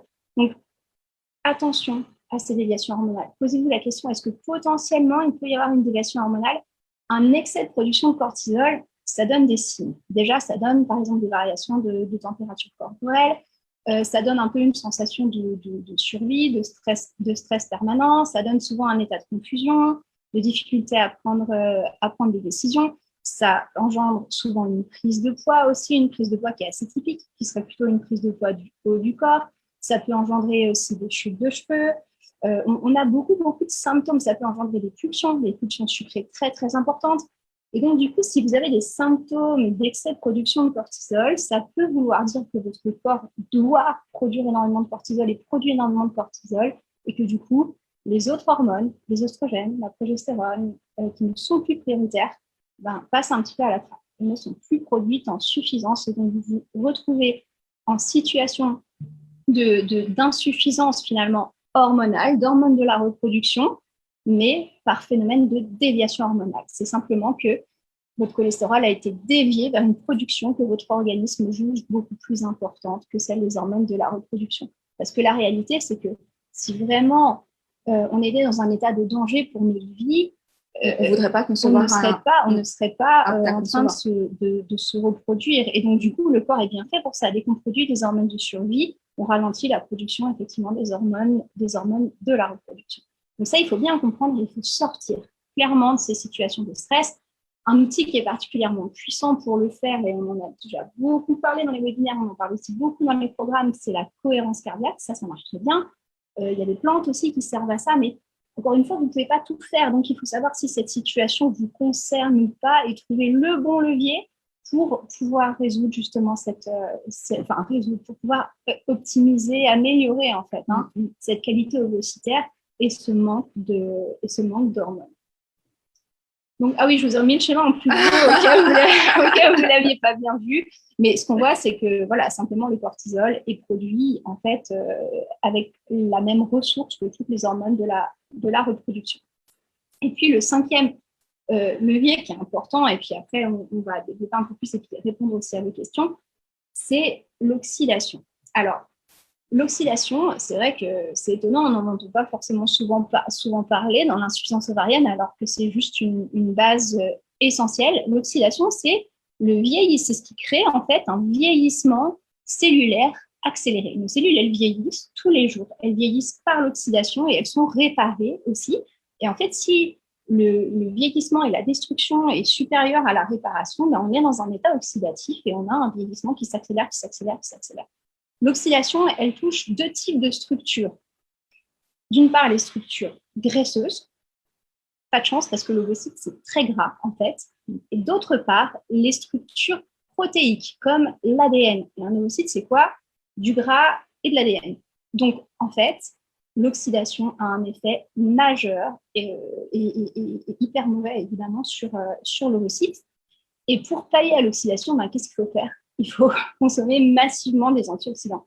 Alors, les antioxydants, c'est simple, c'est les couleurs. C'est-à-dire que si vous adoptez une alimentation qui est très colorée, vous allez avoir une alimentation qui est riche en antioxydants. Donc, on va les trouver dans tous les fruits rouges et noirs, dans tous les fruits colorés, dans la mangue, dans la myrtille, dans les cassis, dans les framboises, dans les fraises, dans tout ce qui est coloré. Même le chocolat noir. Cerise, le chocolat noir, par exemple, le cacao, la cannelle, les épices, tout ça, c'est bourré d'antioxydants. Les herbes aromatiques, alors, par exemple, c'est vrai que moi, j'adore faire un truc, c'est par exemple prendre une botte de persil, une botte de basilic et puis mixer ça avec de l'huile. Et puis en fait, vous mettez ça dans vos salades, vous mettez ça dans vos pâtes, dans votre riz, vous mettez ça dans tout ce que vous mangez. Mais si vous mangez blanc et peu coloré, là, ça ne va pas sur une insuffisance ovarienne. Il faut vraiment que vous ayez une alimentation qui soit bourrée d'antioxydants. Et si vous n'en avez pas suffisamment dans votre alimentation, alors peut-être que dans ce cas, et que vous n'aimez pas ces aliments-là, peut-être qu'il faut penser à vous complémenter en antioxydants. Si on veut parler de complémentation, la complémentation en antioxydants, c'est la base, en fait. Parce qu'on entend souvent parler de la DHEA et de la mélatonine. Alors, la DHEA, c'est une hormone androgénique. Ok, donc androgénique, c'est les hormones mâles. Et je vous ai dit, les hormones mâles se transforment en oestrogènes. Donc évidemment, si vous amenez de la DHEA, vous allez aussi faciliter les transformations en oestrogènes et produire des oestrogènes. Et la DHEA, qui est une hormone anti-vieillissement et protectrice pour les cellules, va protéger vos ovocytes. Après, la DHEA, logiquement, ça reste quand même une prescription médicale. N'oubliez pas que c'est une hormone. Et en fait, si votre organisme a déjà tendance à ne pas produire beaucoup de DHEA, puis vous lui en amenez, il y a deux solutions possibles. Soit ça fonctionne bien, soit votre organisme est un peu feignant et il se dit « Oh, trop cool, on m'amène de la DHEA, j'en produis plus ou j'en produis moins. » Et là, on perd quand même. Donc, il faut faire très attention à la DHEA. La DHEA, c'est pas une chose qu'on doit prendre en permanence. Même pour la qualité ovocytaire, d'ailleurs, nous, dans les programmes, on ne la conseille pas, en fait, la DHEA. On conseille de moduler le mode de vie en vue de produire vous-même de la plus de DHEA, parce que vous la produisez, cette DHEA. Si la DHEA que vous produisez, vous, c'est une pépite, c'est pas un apport extérieur, c'est votre pépite à vous, elle se colle hyper bien sur vos récepteurs, c'est le puzzle, quoi, vraiment, c'est la pièce qui s'imbrique parfaitement bien. Donc, on veut plutôt pousser, en fait, la production interne de DHEA. Et quant à la mélatonine, parce que je vois qu'il y a beaucoup de questions sur la mélatonine, c'est le même combat. On produit de la mélatonine tous les jours. D'ailleurs, si vous n'en produisez pas, vous n'allez pas vous coucher. La mélatonine, c'est ce qui crée en fait les phases de... C'est ce qui va vous faire basculer en phase de sommeil. En fait, notre rythme est géré par la dopamine et la mélatonine, par ces deux hormones-là, la dopamine qui nous réveille et la mélatonine qui nous endort. En gros, donc si vous vous réveillez chaque jour, vous produisez assez bien de dopamine. Si vous vous endormez chaque jour, vous produisez assez bien votre mélatonine. Mais évidemment, quand on veut travailler sur une qualité ovocitaire, on va essayer de pousser cette production de mélatonine. Et ça, on va le faire dans le programme, mais on va le faire vraiment sur la base physiologique. On va le faire dans l'alimentation. Pour le faire vous-même, en fait, pour que votre corps le produise lui-même. Et comme disait Virginie, il est beaucoup plus efficace. Oui, et parfois, on va complémenter aussi en mélatonine. Mais par contre, quand on complémente en mélatonine, on ne va pas complémenter à des doses dingues. N'allez pas vous complémenter à 5, 6, 7 mg. Ce n'est même pas physiologique, en fait. Si vous amenez de la complémentation, soyez dans la physiologie. L'excès, c'est jamais une bonne idée, et surtout en situation d'insuffisance ovarienne. Vous voyez, un organisme qui est épuisé, une fonction qui est épuisée, on ne va pas lui mettre un coup de pied aux fesses. On va essayer juste de la pousser gentiment pour qu'elle se réveille, pour qu'elle se réactive, mais on va le faire dans le respect du corps. Et ça, c'est très important. C'est pour ça aussi que nous, on aime bien avec Adva l'idée des stimulations douces, parce qu'on s'aperçoit finalement que beaucoup de personnes répondent beaucoup mieux. Et on aime bien aussi l'idée des grossesses naturelles, parce qu'on s'aperçoit que sur les insuffisances ovariennes, ça marche quand même vraiment bien. Et jusqu'ici, ça tient plutôt bien. Donc il y a plein de choses en fait à mettre en place. Et surtout, la première chose, c'est vraiment de vous dire que si vous avez une insuffisance ovarienne, qu'elle soit précoce ou non, il ne faut pas vous avouer vaincu. On peut travailler en permanence la qualité de ses ovocytes, on peut travailler en permanence l'équilibre de son terrain. Et très honnêtement, moi, quand j'ai commencé à construire les programmes, quand on a commencé à construire les programmes, je me suis dit, l'insuffisance ovarienne, c'est vraiment la situation qui va être la plus compliquée à gérer. Et en réalité, pas vraiment. Aujourd'hui, c'est peut-être même une des situations sur lesquelles on a le plus de succès, en fait. Donc, parce qu'on arrive à voir la différence d'avant-après. Alors déjà, on arrive à voir la différence, effectivement, par rapport à une endométriose. Par exemple, sur l'endométriose, on n'a pas d'outil d'analyse. Si vous n'ouvrez pas, vous ne voyez pas vraiment la progression de votre endométriose. On se base beaucoup sur les symptômes. Mais sur l'insuffisance ovarienne, on a des marqueurs. Et puis surtout on voit qu'on a un résultat très, très différent. Donc, plein d'espoir. Mais c'est vrai que la conclusion, c'est vraiment la quantité. Ce n'est pas ça qu'on vise dans une insuffisance ovarienne. Alors, peut-être que vous allez obtenir, un follicule, 2 follicules, 3 follicules, ou peut-être que vous allez obtenir enfin des follicules sur une stimulation, parce que parfois, on stimule et on n'obtient pas de follicules. Et ça, c'est vraiment la douche froide et c'est l'horreur. Cette étape-là est un cauchemar, franchement. Mais c'est pas parce qu'on n'a pas obtenu de follicule une fois que ça ne va jamais arriver. Il faut comprendre pourquoi c'est arrivé comme ça. On a vu quand même beaucoup de couples qui ont fait des fiches blanches, en fait, qui n'avaient pas d'embryons à transférer et qui finalement ont fait les programmes et puis sur la prochaine FIV avaient des embryons à transférer et puis qui ont mené à des grossesses, évidemment. Donc, parce que le corps finalement était épuisé par tout ce qu'on a dit. En manque de ressources. Et ne pouvait pas produire en fait ses ovocytes. Oui. Donc, du coup, en le stimulant, mais de nouveau de manière personnalisée, on a réussi à pouvoir aider ces personnes. Exactement. Donc, on mise sur la qualité et pas sur la quantité d'ovocytes. Et puis, comme disait Adva, un seul ovocyte suffit et un seul embryon suffit. J'ai eu d'ailleurs vraiment, alors c'était avant les pré-infertilines, une personne qui était à 0,01. Et on a une stratégie, justement, c'était ce que j'utilisais avant, puis avec la FIV douce, cette personne a eu un ovocyte, un follicule, un ovocyte, un embryon et une grossesse. Et le médecin m'a dit, c'est comme gagner au loto, ça ne va pas se reproduire. Si. Si, elle a eu un deuxième enfant, cette fois-ci avec 2 follicules. Voilà. Mais exactement. Donc voilà. Et 0,01, c'est pas beaucoup. Et puis, moi, j'ai aussi rajouté ce petit graphique, ce petit dessin-là, parce que finalement, quand on parle d'insuffisance ovarienne, parce que on a souvent des femmes qui viennent vers nous en disant, voilà, mon mari, mon conjoint, tout va bien, pas de souci, c'est moi le problème, je suis en insuffisance ovarienne, etc. Mais en fait, OK, vous êtes en insuffisance ovarienne, vous allez avoir peu d'ovocytes. Ça, on ne peut pas vous promettre d'augmenter le nombre d'ovocytes. Voilà, on va augmenter la qualité, on va améliorer la qualité, mais on ne peut pas augmenter le nombre. Par contre, ce qu'on veut, c'est que ces ovocytes, ces super ovocytes qu'on va pouvoir créer, deviennent des super embryons. Pour qu'ils deviennent des super embryons, forcément, il faut avoir des super spermatozoïdes. Et justement, c'est là où on va aborder le côté spermatozoïde, c'est que, oui, on fait des spermogrammes. Souvent, on vous dit le spermogramme, tout est OK, chez monsieur, tout est OK. Alors, nous, on a un article sur le blog, justement, on parle de qu'est-ce qui est OK, qu'est-ce que c'est un bon spermogramme, parce que nous, le côté bon spermogramme en PMA, c'est pas exactement ce qu'on considère comme un bon spermogramme. Donc, attention, parce que s'il y a beaucoup de formes atypiques, et puis le critère de normalité aujourd'hui considéré par l'OMS, il est quand même assez pauvre, parce que justement, la qualité des spermatozoïdes baisse, puis au lieu de faire quelque chose, on diminue les critères. Alors ça, il faut le comprendre aussi, voilà. c'est que finalement, aujourd'hui, on a des normes au niveau des spermogrammes.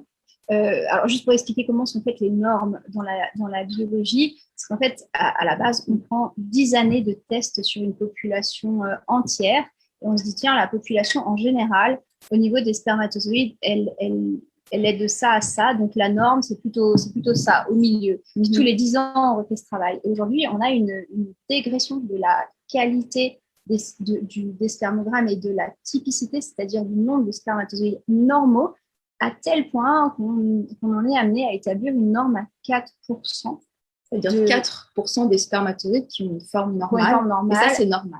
C'est considéré comme normal. Et voilà, et en fait, il faut se dire que quand on regarde dans les détails ces normes, à 4% sur une grossesse naturelle, on n'a pas de grandes possibilités de fécondation. Et là, on commence à avoir une fécondabilité qui est bonne, c'est plutôt au-dessus de 14%. Et donc, si on considère 4%, on se dit, bon, il y a encore plein d'hommes qui répondent à ce critère-là et du coup, on est très contents. Mais les hommes qui répondent à plus de 14% en critère, il y en a beaucoup moins. Voilà. Et puis, le problème, c'est que si on n'a pas une super bonne qualité des spermatozoïdes, forcément, les embryons ne seront pas de bonne qualité. Puis, on veut vraiment, vous avez peu d'ovocytes, on veut vraiment les féconder avec des bons spermatozoïdes. Ouais. Donc, ça, c'était aussi un message dont je voulais parler, parce que je trouve que c'est important de dire c'est pas que moi le problème, c'est pas parce que moi je suis en insuffisance ovarienne, oui, mais c'est important, monsieur il a aussi sa part des choses à faire, parce que il doit on fait un bébé à deux. Donc ça, c'était mon petit message pour les hommes. Alors qu'est-ce qu'on fait? Parce que maintenant, on a parlé de beaucoup de problèmes et on est désolé. Peut-être que. Alors, on espère pouvoir avoir pu vous donner un peu des éclaircissements. Et je vois des messages qui passent, des gens qui me disent je comprends peut-être pourquoi je n'ai pas pu tomber enceinte jusqu'à maintenant, etc. Parce qu'ils se reconnaissent dans des exemples qu'on a donnés. Mais la question, c'est comment est-ce qu'on va agir? Alors, nous, ce qu'on fait, c'est on agit en fait avec l'environnement, avec le mode de vie, vous avez compris. La nutrition, la baisse des perturbateurs endocriniens, la micronutrition, donc la complémentation, mais pas n'importe quoi. Et c'est vrai qu'on a eu aussi des demandes, est-ce que je peux prendre ci, est-ce que je peux prendre ça? On ne peut pas vous répondre parce que ça dépend de vous, en fait. Alors, parfois voilà. On peut, parce que c'est simple et puis c'est pas dépendant de votre terrain. Mais il y a des conseils. Alors, je vois notamment une question par rapport à l'huile d'onagre. Si vous voulez, l'huile d'onagre, il y a des personnes chez qui c'est très intéressant, puis il y en a d'autres chez qui, si vous prenez de l'huile d'onagre, vraiment, vous tirez une balle dans le pied, même si vous êtes en insuffisance ovarienne, parce qu'il y a tout un contexte. Si on prend de l'huile d'onagre avec une carence en oméga 3, on fait exploser aussi son contexte inflammatoire. Et donc, du coup, on a beaucoup moins de chances au niveau de l'implantation. Donc, en fait, c'est toujours très difficile, mais c'est pareil dans tout, en fait, très difficile de donner un conseil précis quand on n'a pas d'idée précise de qui est la personne. Et même en consultation, on avait ces difficultés. Moi, à la base, quand j'ai commencé à produire les questionnaires qui maintenant ont été vachement enrichis, qui ont fait l'objet de réunions médicales, tout ça, mais quand j'ai commencé à produire ces questionnaires, c'était pour essayer de faciliter mon raisonnement en consultation dans le cadre de l'infertilité, parce que l'infertilité, moi, je me prenais la tête, je perdais la tête avec ça, parce que finalement, il y avait des critères qu'on devait améliorer, mais si on améliorait ça, on péjorait ça. Et puis, en fait, tout tenait à des fils d'équilibre. Et si on voulait améliorer, il fallait être vraiment très attentif et tout prendre en compte. Moi, mon cerveau n'arrivait pas à tout prendre en compte. Il y avait beaucoup trop d'informations à intégrer. C'est comme ça que j'ai commencé à créer le questionnaire. Et puis, c'est ce qui est devenu Fertiline. Et aujourd'hui, c'est vrai que l'algorithme, il est hyper puissant. Même nous, des fois, moi, quand je contrôle les programmes, je me dis, waouh, mais trop bien, je ne l'aurais jamais trouvé sans l'algorithme. C'est génial parce que ça fait ressortir vraiment les points forts et ça évite les efforts inutiles. Parce que c'est vrai que faire des efforts inutiles, vous n'allez pas tenir dans la longueur. Voilà, on n'obtient rien et en plus, on se fatigue. Donc, nous, quand on cible les conseils, on vous demande de faire des efforts qui parfois sont intenses. Et je m'en excuse tellement par rapport aux personnes qui ont des programmes de 40 pages et à qui on demande de faire plein de choses. Ça paraît super intense. Puis tout le monde nous dit au début, ouais, ça paraît costaud, tout ça. Puis au bout de 2-3 semaines, on a ce petit message qui nous dit, mais finalement, ça va en fait. C'est juste une question d'habitude. C'est une question d'habitude. Bravo, je suis admirative. Vous êtes tellement hyper résilient et tout. C'est génial. Et en fait, la raison pour laquelle on fait tant de changements, c'est parce qu'on sait ce qu'on fait, on sait exactement pourquoi on le fait et qu'on veut des améliorations rapides et que du coup, paf, on crée un petit tremblement de terre là, comme ça. Et c'est vrai que même nous-mêmes, on est clairement surpris aujourd'hui des résultats qu'on a sur les programmes parce qu'ils sont bien supérieurs à ce qu'on a en consultation, mais aussi parce qu'on intègre plus d'informations, on est plus précis, on a gagné en regroupement d'informations, en pertinence. Non, c'est vraiment... C'est vraiment tout l'intérêt. Donc, pourquoi Fertiline ? Justement, c'est un outil, en fait, vous avez compris, c'est un programme, c'est pas un programme, vous n'avez pas tout. Au départ, on avait des personnes, parce que quand on a démarré, qui nous disaient, oui, mais voilà, mon programme, vous donnez ces recommandations, les mêmes pour tout le monde, et puis ça marche, et puis voilà. Ah ben non, on vous donnera vraiment des recommandations qui soient intelligentes par rapport à votre profil. Donc, en fait, c'est des questionnaires, c'est un grand questionnaire de plus de 200 questions. Avec ces questions, on va scanner votre terrain. Donc, on va se donner une idée de votre terrain. C'est des questions qui sont vraiment intelligentes, d'accord ? Et du coup, on va vous donner des recommandations qui sont ciblées et personnalisées pour améliorer votre terrain. Qu'est-ce que j'ai dit comme bêtise ? T'as dit c'est des questions intelligentes, c'est rigolo parce que j'aurais dû mettre 2-3 questions cons, tu vois. Non, mais c'est des questions qui ont des visées. Et d'ailleurs, quand les gens répondent à nos questions, ils me disent mais c'est vrai que ça, c'est intéressant parce que je ne voyais pas le rapport avec ma fertilité, parce qu'on va vous poser des questions qui, pour vous, n'ont pas forcément directement, qui n'ont pas de lien avec votre fertilité, et pourtant, ça en a. Et c'est ça qui est intéressant dans les programmes. Alors, justement, qu'est-ce qu'on a comme programme ? Parce qu'on nous demande aussi souvent, alors on a essayé de mettre sur le site un peu des arbres pour vous expliquer quelles sont nos recommandations, quand faire quel programme, etc. Alors, en fait, on a un programme qui est notre programme pilier, qui est le programme InConcept, qui est vraiment le programme qu'on préconise de faire 3 à 6 mois, qui est pour améliorer la fertilité. Donc, on va justement regarder toutes les problématiques qu'il y ait en plus un AMH bas, une insuffisance ovarienne, une endométriose, un problème allergique, auto-immun, une inflammation, le niveau de stress, la composante sommeil, le niveau d'énergie. Le sport aussi, quelqu'un demandait aussi s'il y avait autre chose du mode de vie qui est important. Oui, le sport, clairement, ça c'est important. Et du coup, on va vous donner les orientations générales pour améliorer votre fertilité et votre santé et la santé transgénérationnelle. Ça, c'est aussi important, on en parle peu, mais on va aussi de plus en plus en parler parce que c'est la santé de votre futur enfant qui se joue maintenant. Parce qu'il y a beaucoup d'études qui montrent que tout ce que vous faites 3 à 6 mois avant la conception de votre enfant a un impact sur la santé jusqu'à l'âge adulte, jusqu'à ses 100 ans. Jusqu'à ses 100 ans. Jusqu'à sa mort. Voilà. C'est vrai. Et fort probablement, si, c'est pas une question on a parlé de bagages aussi que les gens transportent, souvent, quand il y a une infertilité, c'est des bagages qu'on transporte déjà au niveau épigénétique, donc de ses parents. De génération en génération. On l'a expliqué ça, on ne va pas repasser. Et puis ensuite, on a fait des programmes qui sont spéciaux PMA, qui ont pour but d'encadrer en fait vos programmes de PMA, de vous donner des indications quoi faire à quel moment. Donc, on suit vraiment tous les programmes. C'est pour ça qu'il y a des programmes qui sont différents parce que on se cale, on a fait ça avec un médecin de PMA pour se caler sur le traitement médical et pour vous donner les meilleures recommandations à tous les moments de ce traitement et jusqu'à 12 semaines de grossesse parce qu'on sait que c'est une période qui est fragile et on ne veut pas vous lâcher. Voilà. Et puis, on vous tient par la main jusqu'à 12 SA. Et maintenant, on est en train de faire les programmes grossesse parce qu'on a plein de gens qui nous disent oui, je suis à 12 SA et maintenant, je fais quoi? On est en train de les affiner et ils seront bientôt disponibles. Voilà. Et ça va être bien sympa aussi. Voilà. À savoir que dans les programmes PMA, on accompagne en fait chaque phase. Vous allez avoir un programme qui sera, par exemple, pour la stimulation, un programme qui sera post-transfert, ensuite des ajustements sur le début de la grossesse, sur les 8 semaines aménorrhées, sur les 12 semaines aménorrhées. Donc, chaque phase a sa spécificité. Et encore hier, j'avais une de nos utilisatrices qui avait fait une concept et puis qui passait en InTech et puis qui me dit « Ah, mais je ne comprends pas, j'avais des modèles de petit déjeuner qui me plaisaient bien dans une concept, puis là, ils ont complètement changé. Pourquoi ?»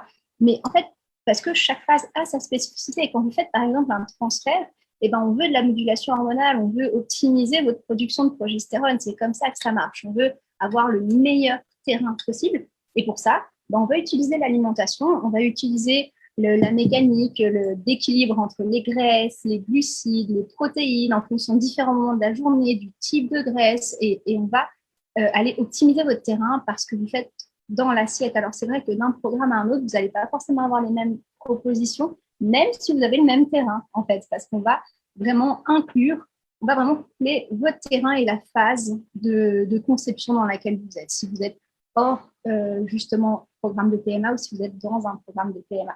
Et dans les programmes de PMA, on a aussi des hypnoses, des méditations, des choses qui sont faites pour accompagner chacune des phases. Et puis, alors, ça, c'est un petit peu le cadeau que je vous offre gratuitement. Alors, je ne sais pas si vous l'avez déjà fait ou pas, mais c'est aussi déjà un cadeau qui est directement pour vous sur notre site. C'est en fait le Fertility Score qui est… alors, c'est un score, donc on va vous donner, pas votre score de fertilité, hein, mais justement… on va vous dire si un programme Fertiline pourrait vous aider à améliorer votre terrain et quelle est votre marge d'amélioration. Et puis, on voulait vous donner déjà directement des cadeaux avec ce programme, ce score. C'est des méditations et des hypnoses et puis des pistes majeures pour améliorer votre fertilité. Parce que, et puis plein de liens sur des webinaires qu'on a déjà fait. Et comme ça, vous allez aussi comprendre, parce que pour nous, au-delà de vous accompagner, vous donner les meilleures recommandations, pour nous, c'est important aussi que vous compreniez pourquoi vous le faites. Voilà. Et c'est pour ça qu'on explique bien dans les programmes. Vous voyez, pour ceux qui font nos programmes, vous avez vu que ça vous fait une bonne lecture l'hiver devant la cheminée ou l'été sur la plage. Parce que c'est quand même, on a des rapports, des programmes qui peuvent aller jusqu'à 50 pages chez certaines personnes. Parfois, c'est très lourd, c'est très riche. Et puis parfois pas, parfois c'est léger aussi. Et en fait, dans les programmes, on vous explique pourquoi vous avez telle ou telle recommandation par rapport à votre profil. Et c'est important de comprendre comment on fonctionne. Je crois que c'est essentiel de savoir comment on fonctionne pour la fertilité, mais aussi pour tellement d'autres fonctions. Alors, la dernière slide, puis on passera aux questions. Donc, nous, on aime bien ce petit schéma, ce petit dessin. Nous, on va vers une population saine et fertile parce que c'est notre mission. Et puis, la question, c'est est-ce que vous venez avec nous? Voilà.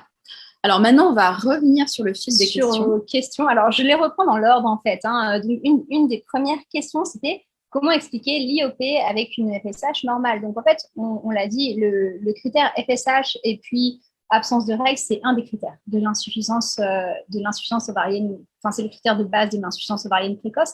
Mais en fait, il y a plein d'autres critères sur lesquels votre gynécologue peut se baser pour dire que vous êtes en insuffisance ovarienne précoce. Par exemple, une mauvaise réponse à une stimulation hormonale, un comptage de follicules en trop qui est trop bas, ça peut être un indicateur d'une insuffisance ovarienne précoce, ou en tout cas, votre gynécologue peut le prendre comme tel. Donc, la FSH, ce n'est pas le seul critère.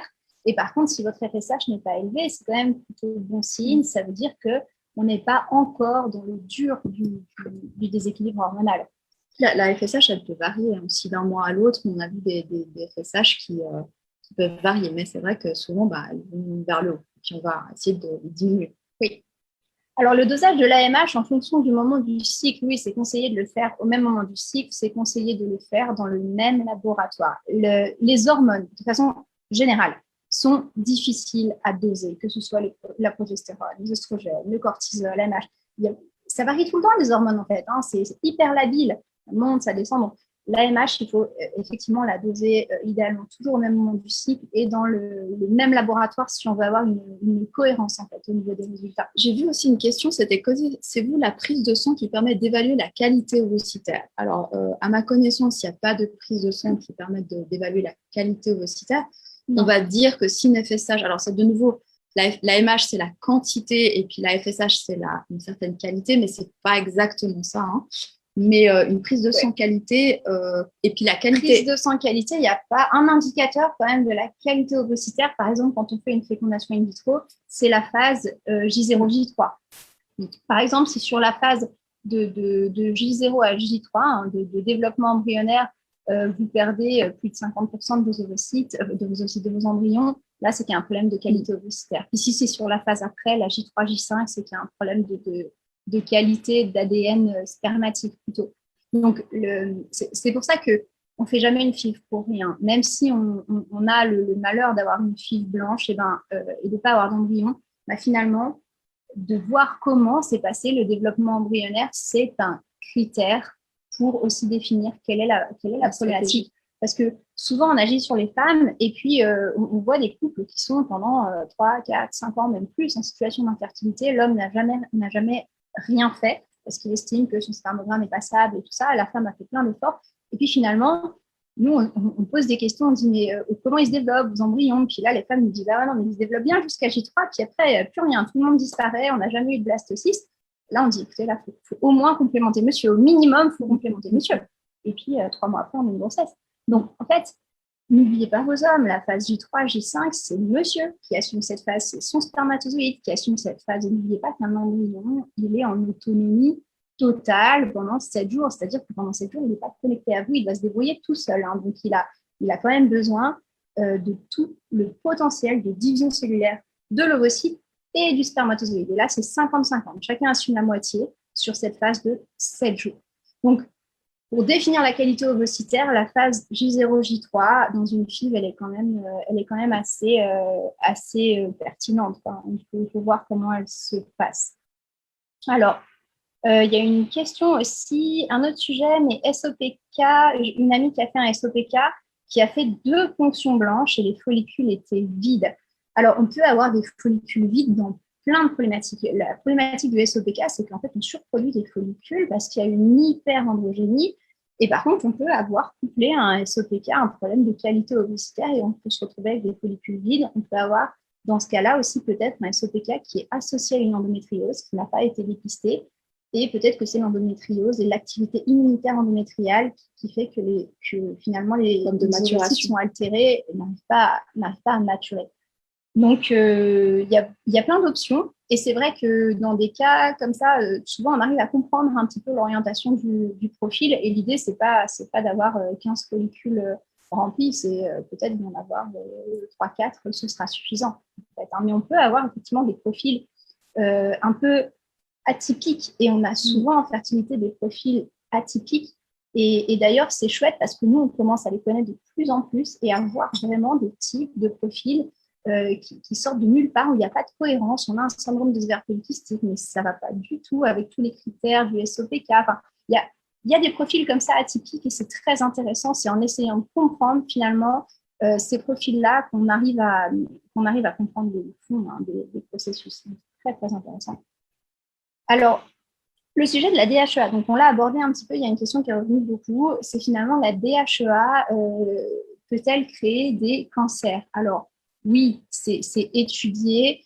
N'importe quelle hormone en substitution peut augmenter le risque de cancer. La DHEA fait partie des hormones qui se transforment en oestrogènes et qui peut donc augmenter le risque de cancer hormonodépendant, cancer et de la prostate chez l'homme, mais bon, du coup, ça ne vous concerne pas, et de l'utérus, effectivement, chez la femme.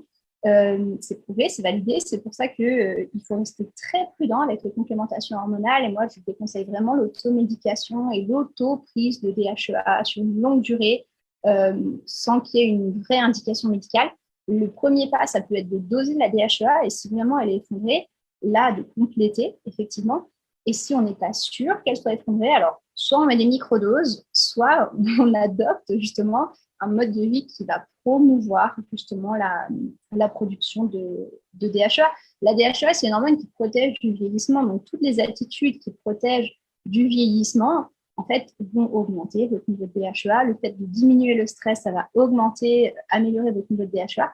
Le fait de faire du yoga, il y a des études qui ont montré que le yoga améliore en fait la production de DHEA. Donc, peut-être qu'il vaut mieux faire du yoga. Il y a effectivement moins de risques de développer un cancer avec du yoga qu'avec une prise de DHEA.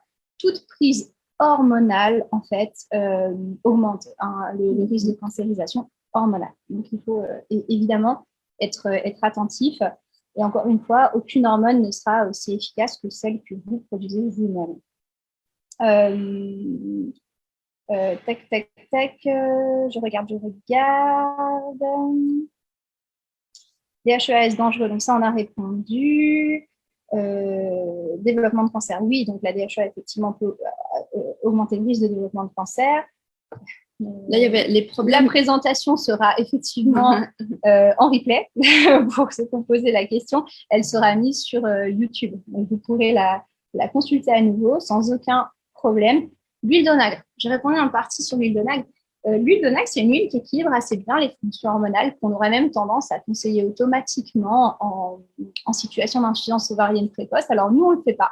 Parce qu'en fait, c'est une huile c'est une complémentation qui risque d'entraîner beaucoup de déséquilibres sur un terrain qui est déjà déséquilibré. Donc, avant de conseiller l'huile d'onagre, il faut s'assurer que le terrain au niveau des graisses est très équilibré et qu'il y a suffisamment d'oméga 3 pour d'apporter de l'huile d'onagre. Parce que si on apporte de l'huile d'onagre avec une insuffisance en oméga 3, on a tout l'inverse de l'effet escompté. On va générer de l'inflammation et ça, on ne veut pas. Donc, l'huile d'onagre, oui et non, ça dépend de votre terrain, en fait. Et c'est là, il faut faire un dosage. Ouais. C'est vraiment important de ne pas prendre si vous n'êtes pas sûr que ça va être optimal sur votre terrain.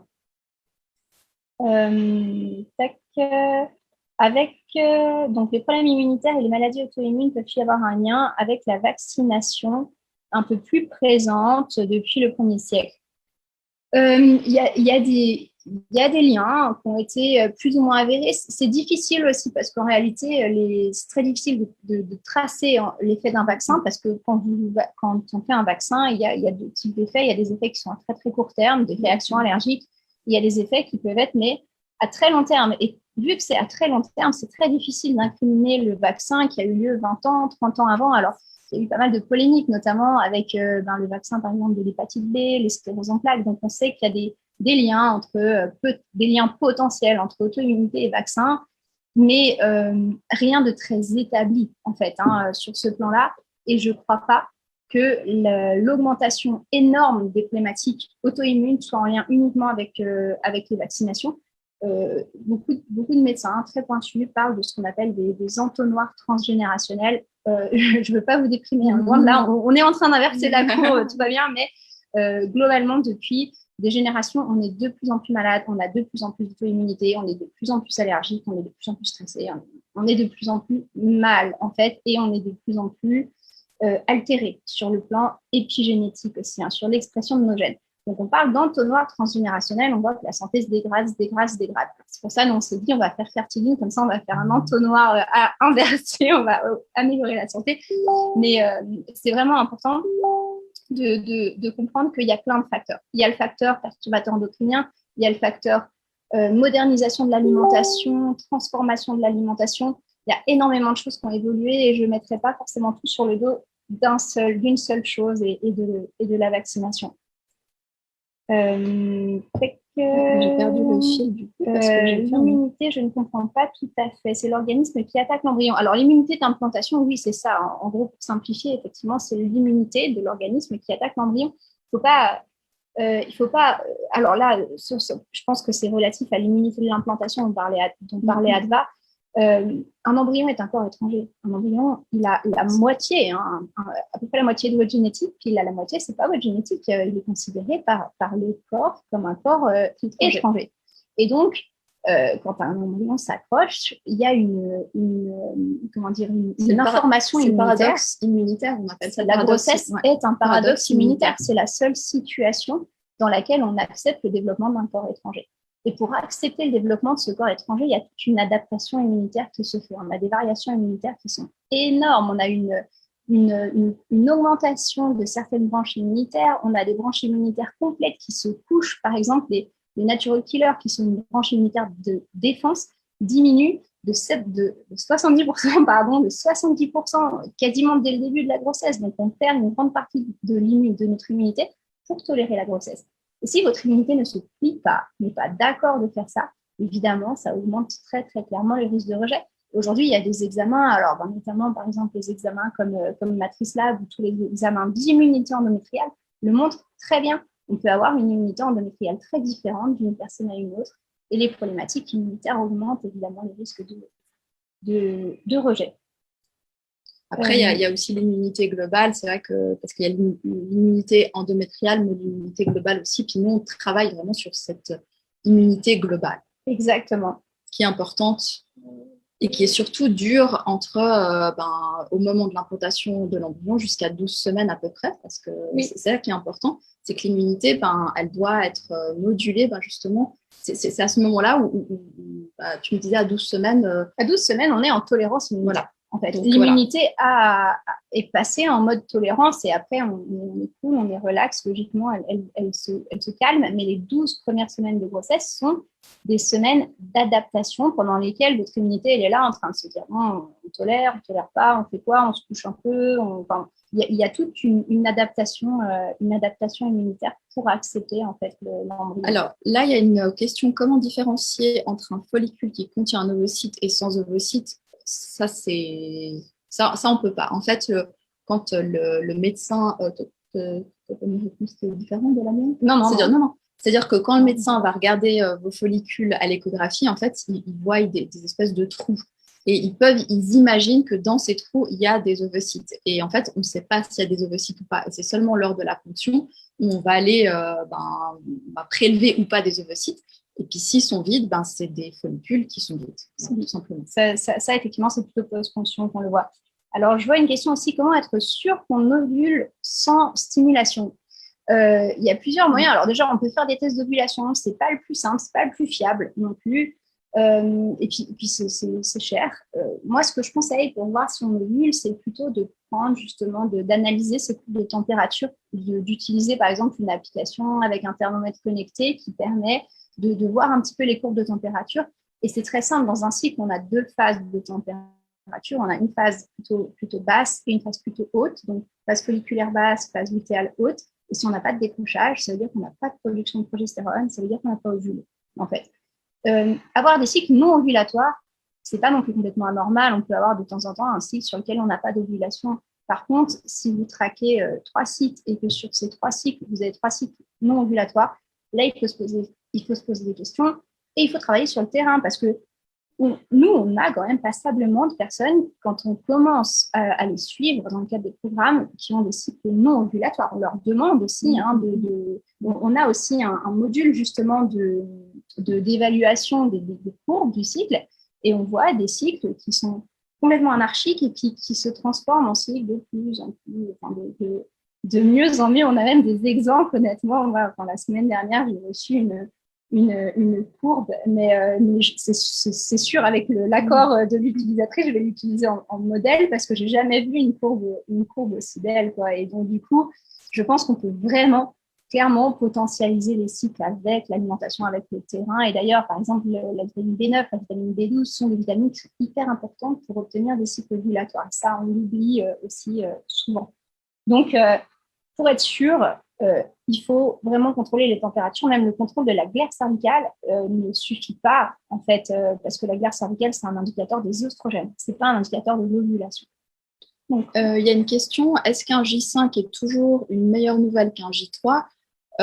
Alors, oui, parce que le fait d'avoir un embryon qui s'est développé jusqu'à J5, ça donne déjà une information qu'on a un embryon qui est potentiellement de bonne qualité, de meilleure qualité, parce qu'à J3, on peut évaluer une qualité à J3, mais on ne sait pas s'il va continuer à évoluer jusqu'à J5. Et le fait qu'il est allé jusqu'à J5, on se dit il est de bonne qualité, puis surtout s'il est morphologiquement beau.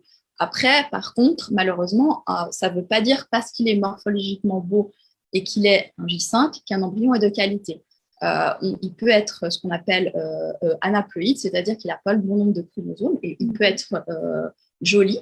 Et là, le seul test qui peut être fait, et ça ne se fait pas en France, par contre, c'est le diagnostic préimplantatoire, où on va tester les cellules de l'embryon pour voir s'il a le bon nombre de chromosomes. Et malheureusement, un embryon qui n'a pas le bon nombre de chromosomes ne pourra pas donner un bébé en bonne santé. Ouais. Alors, il y avait une question, à part l'alimentation, les perturbateurs endocriniens, bon, le stress et tout ce qu'on a vu, y a-t-il d'autres éléments du lifestyle qui peuvent aider l'IOP, notamment le yoga de la fertilité? Mais clairement, ça, c'est avéré. Le yoga de la fertilité a un rôle majeur déjà dans la réduction du stress et dans la modulation hormonale aussi. Hein, ça, c'est certain.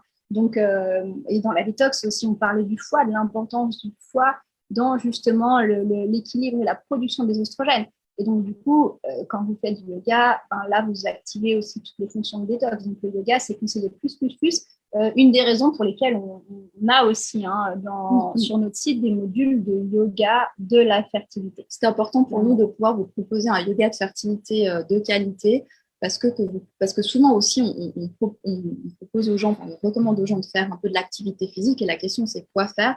Et yoga de la fertilité, c'est vraiment une activité physique qui peut être bénéfique d'abord parce qu'on fait de l'activité physique, donc pour le côté épinégénétique pour votre santé et la santé transgénérationnelle, mais clairement pour la fertilité. Et il y a des études, on a d'ailleurs un article, le dernier article sur notre blog qui parle de le yoga de la fertilité. Oui. Et qui est super intéressant. Moi, j'ai appris des nouvelles choses. Voilà, j'ai appris moi-même des nouvelles choses. Voilà, donc c'est très intéressant.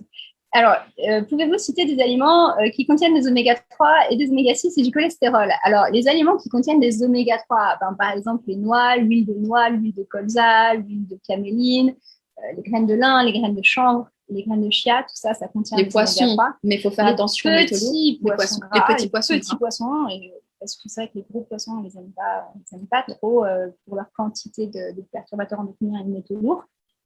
Après, les oméga-6. Donc, les oméga-6, on va en trouver par exemple dans les cacahuètes, dans l'huile d'arachide, dans le sésame, dans l'huile de tournesol, dans l'huile de pépins de raisin et dans la plupart des viandes, parce que malheureusement, aujourd'hui, les animaux sont très mal nourris. Donc, à moins que vous achetiez vos viandes à la ferme et puis que les animaux, les poules, les vaches, les poulets soient nourris à l'herbe, et ça, c'est optimal. Si elles sont nourries à l'herbe, c'est des oméga-3. Si elles sont nourries céréales, elles seront riches en oméga-6. Du coup, c'est beaucoup moins bien. Et puis, le cholestérol. Alors, les principales sources de cholestérol, c'est le jaune d'œuf et le beurre, évidemment. Donc, c'est vraiment les sources les plus intéressantes. Et puis, des viandes. Mais les viandes, il y a du cholestérol, il y a des graisses saturées, tout ça. Donc, il ne faut pas non plus trop forcer sur les viandes rouges. Mais c'est surtout ça, les sources. Alors là, il y a une question dans le cas d'une IOP. À quoi peuvent être dues des grossesses arrêtées à répétition? Alors, là, pour moi, il n'y a pas forcément de corrélation entre IOP et grossesse arrêtée, si ce n'est la qualité des ovocytes. Et la production de progestérone. Parfois, tu peux être vraiment aussi abaissé. Mais la qualité aussi. La qualité ovocitaire. Et là, donc, du coup, une des raisons, c'est le côté que la progestérone n'est pas assez élevée et peut-être un dosage peut être intéressant parce que, effectivement, ça, quand on a des grossesses qui sont arrêtées, doser la progestérone, c'est très important, savoir si on en a assez. Alors, on peut avoir des complémentations de progestérone, mais le mieux, et c'est ce qu'on vous a expliqué, c'est mieux de produire vous-même de la progestérone. Et comme Virginie nous a bien expliqué avec son schéma, c'est qu'on peut en produire grâce au cholestérol. J'ai bien suivi, n'est-ce pas? Donc, du coup, dans ce cas-là, de nouveau, il faut éviter la déviation hormonale. En fait, en consommant du cholestérol, les oméga-3 et en stressant pas beaucoup, on produit beaucoup de progestérone. Voilà, donc au lieu de prendre des complémentations qui sont, on peut vous en donner en injection ou des ovules, mais c'est vrai que la progestérone que vous allez fabriquer vous-même est de meilleure qualité. Et puis l'interruption de grossesse, c'est la qualité des ovocytes, mais aussi des spermatozoïdes. De nouveau, si les ovocytes ne sont pas de bonne qualité parce que ça peut être les deux, les spermatozoïdes ne sont pas de bonne qualité, on peut avoir des embryons du coup qui n'ont pas le bon nombre de chromosomes, et un embryon qui n'a pas le bon nombre de chromosomes, il va faire une grossesse arrêtée. Et puis encore une raison, c'est le système immunitaire. Et comme Virginie nous a expliqué, souvent IOP est corrélée, enfin, il y a souvent, assez souvent des corrélations entre problème immunitaire et IOP.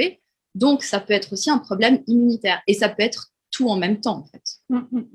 Oui, donc, c'est un peu ça pourrait être aussi un problème de vascularisation, mais dans ce cas-là, ce n'est pas forcément en rapport avec l'IOP, si je me trompe pas. Si, parce que quand même, en fait, je me trompe, c'est pas moi la spécialiste. On peut avoir effectivement des problèmes de vascularisation. Voilà. Donc, en fait, ça peut être beaucoup de choses. Donc, la vascularisation, c'est de la circulation sanguine. Seulement, l'endomètre, il a une circulation sanguine qui est très particulière. C'est des petits vaisseaux sanguins en forme de spirale qui sont absolument minuscules et du coup, qui sont très fragiles. Et quand on a, par exemple, une insuffisance ovarienne précoce, on imagine qu'on a un vieillissement cellulaire accéléré et que les vaisseaux sanguins, eux aussi, peuvent être fragilisés.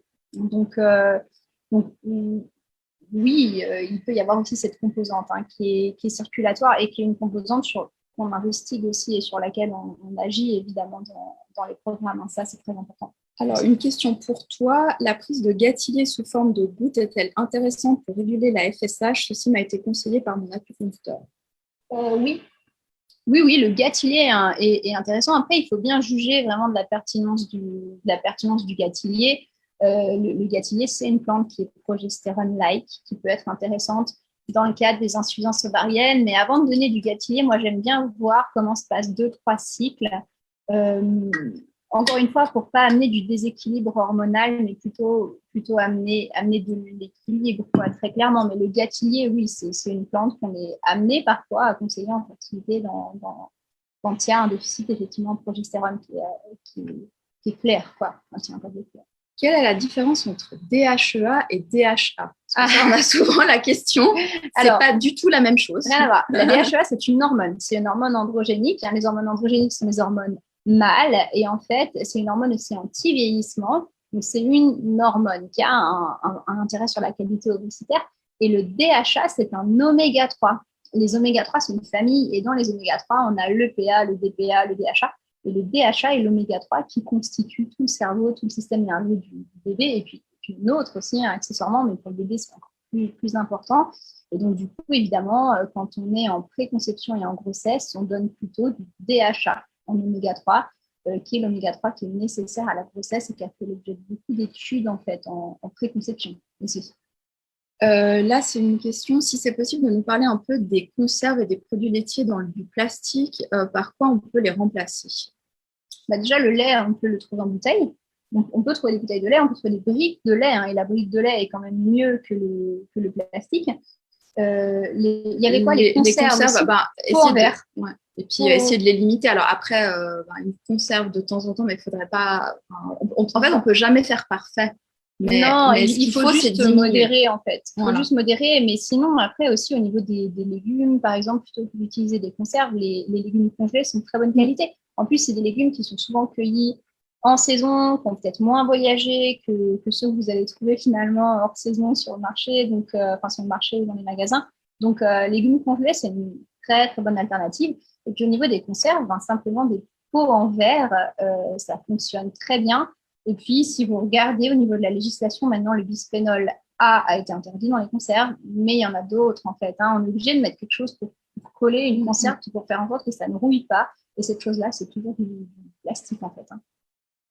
Que pensez-vous de l'huile d'algue pour l'apport en oméga 3? C'est-à-dire au lieu d'avoir de l'huile de poisson. C'est très bien. Alors, c'est très bien pour la partie conception, périconception, parce que c'est du DHA. C'est un type d'oméga 3 dont on a besoin pour la conception. Donc, le DHA, on peut l'amener soit par le biais de complémentation en huile d'algue, soit par le biais de complémentation en huile de poisson certifiée, labellisée. Je tiens à dire, il faut que ce soit labellisé, parce que par exemple, si vos oméga 3 sont issus de gros poissons, aucun intérêt, c'est bourré de métaux, donc il faut vraiment des oméga 3 qui soient labellisés avec des labels comme Quality Silver, par exemple. Peut-on introduire le pollen frais congelé pour travailler sur le terrain immunitaire, justement? Alors, les produits de la ruche ont un intérêt, en tout cas sur la fertilité. Après, pas vraiment sur le terrain immunitaire, parce que par exemple, si on a une hyperimmunité, le pollen, c'est un stimulant immunitaire. Et tous les produits de la ruche sont des stimulants immunitaires. Donc, ils ont des propriétés aussi antibiotiques. Donc, ça marche pas mal sur les terrains d'hypo-immunité, mais sur un terrain d'hyper-immunité, c'est pas dans le cadre de l'immunité qu'on va les conseiller. C'est plutôt justement pour l'aspect stimulant du développement cellulaire en quelque sorte, mais c'est pas vraiment pour la composante immunitaire. C'est pour ça que en fait, c'est vrai que quelque chose qui peut marcher pour une personne ne va pas forcément marcher pour vous. C'est un peu ça le problème, parce que moi j'ai aussi des groupes Facebook où il y a beaucoup de partages. Les gens se posent des questions, ajouter ci, ajouter ça.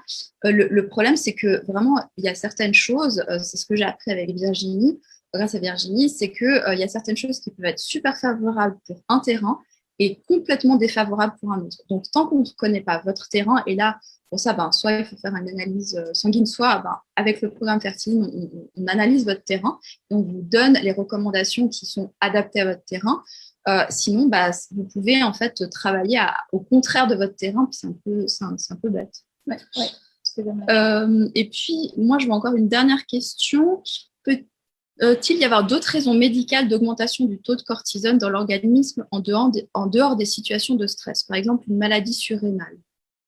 Oui, tout à fait. Des problématiques en fait, de déséquilibre de la fonction surrénalienne peuvent augmenter, notamment le syndrome de Cushing, qui est un syndrome connu d'hypercortisolisme, est une problématique surrénalienne qui n'est pas forcément liée au stress.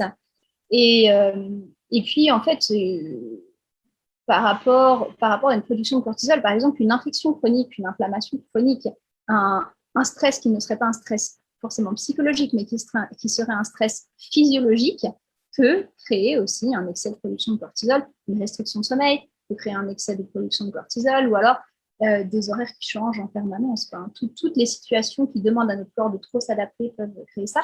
Une pratique trop intensive au niveau du sport aussi, et notamment sur des activités de très haute intensité, genre training intermittent, ça peut vraiment pousser l'excès de cortisol. Alors, je vais prendre une dernière question. Si jamais vous avez d'autres questions auxquelles on n'a pas répondu, qui vous tiennent à cœur, etc., demain, on va mettre une boîte à questions sur notre page Instagram et on vous répondra. La dernière question, c'était, parce que vraiment, ça, c'est une question sur l'AMH. Mon médecin de PMA m'a dit que le taux d'AMH ne peut pas augmenter. Est-ce que c'est vrai? Alors, ça, c'est la grosse question qu'on se pose, parce qu'effectivement, c'est ce qu'on a aussi entendu, nous, de notre côté, à savoir que moi, j'ai vu quand même des AMH qui fluctuaient d'un mois à l'autre.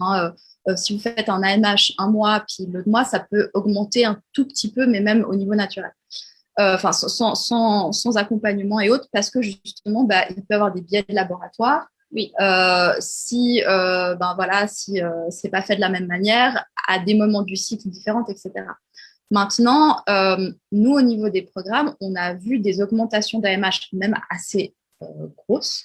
Et puis très régulièrement, voilà. C'est vrai qu'au début, on n'a pas fait trop un programme. On notait même pas trop l'info parce qu'on se disait, bon, il y a tellement de variabilité. Mais c'est vrai qu'aujourd'hui, on a quasiment que des femmes qui augmentent leur AMH. Et du coup, on se dit, bon, c'est bien, déjà. et puis, c'est curieux en même temps. Ce phénomène, on le comprend qu'à moitié, en fait. Pour être honnête, c'est vrai, on comprend pas vraiment pourquoi l'AMH augmente comme ça. Mais on voit que c'est de plus en plus régulier. Puis je pense que petit à petit, on comprendra de mieux en mieux ce qui en découle aussi. Parce que, ce qu'il faut savoir, il ne suffit pas d'augmenter l'AMH, il faut que ce soit productif sur une grossesse derrière. Parce qu'au final, l'AMH, c'est qu'une valeur, mais c'est pas une grossesse non plus. Donc nous, ce qu'on veut, c'est des grossesses, évidemment, c'est ça l'objectif. Et il y a justement une de nos utilisatrices, je vous remercie, qui me dit moi en 6 semaines j'ai mon AMH qui a monté de 1,63 à 2,08, donc c'est quand même significatif comme montée. On a eu même des 1 point alors ça nous étonne, alors même des fois 2. Ouais. Est-ce que c'est un biais de laboratoire? Est-ce que c'est peut-être c'est le stock disponible à ce moment? Et même les médecins, et on a posé vraiment la question à un médecin de PMA et elle n'avait pas vraiment la réponse parce qu'en fait, il faudra, et ça c'est aussi quelque chose qu'on aimerait bien un jour, c'est de pouvoir vraiment étudier ces phénomènes vraiment de manière randomisée. Alors si on peut le faire parce que c'est un peu compliqué, mais pouvoir le voir et pouvoir vraiment donner des conclusions. Mais voilà, en tout cas, ça donne de l'espoir. C'est clair. Exact. Voilà. Alors, en tout cas, moi, qu'il y a aussi d'autres questions qui arrivent. Moi, ce que je vous propose, c'est que déjà, on va mettre effectivement une boîte à questions sur notre Instagram demain. Et donc, on répondra à toutes vos questions de façon publique. Et puis, puis on reste disponible. Hein. De toute façon, je crois que vous le savez, hein, qu'on essaie de rester assez disponible, même si on a beaucoup de sollicitations. Mais voilà, on aime bien être en échange avec vous. Voilà. Donc, alors, merci encore beaucoup pour votre temps, d'avoir été là, pour toutes vos questions, vos encouragements, parce que aussi, j'ai vu plein de personnes qui me disaient merci. Enfin, voilà, donc c'est top, vraiment, ça nous stimule. Et puis, voilà, on reste à disposition pour vos questions. Et je pense que la prochaine fois, ce sera pour les hommes. Ça sera intéressant. On vous donne rendez-vous. On dira bien un webinaire pour les hommes. Voilà. Exactement. Merci. Une belle soirée à tous et puis à très bientôt. À très bientôt.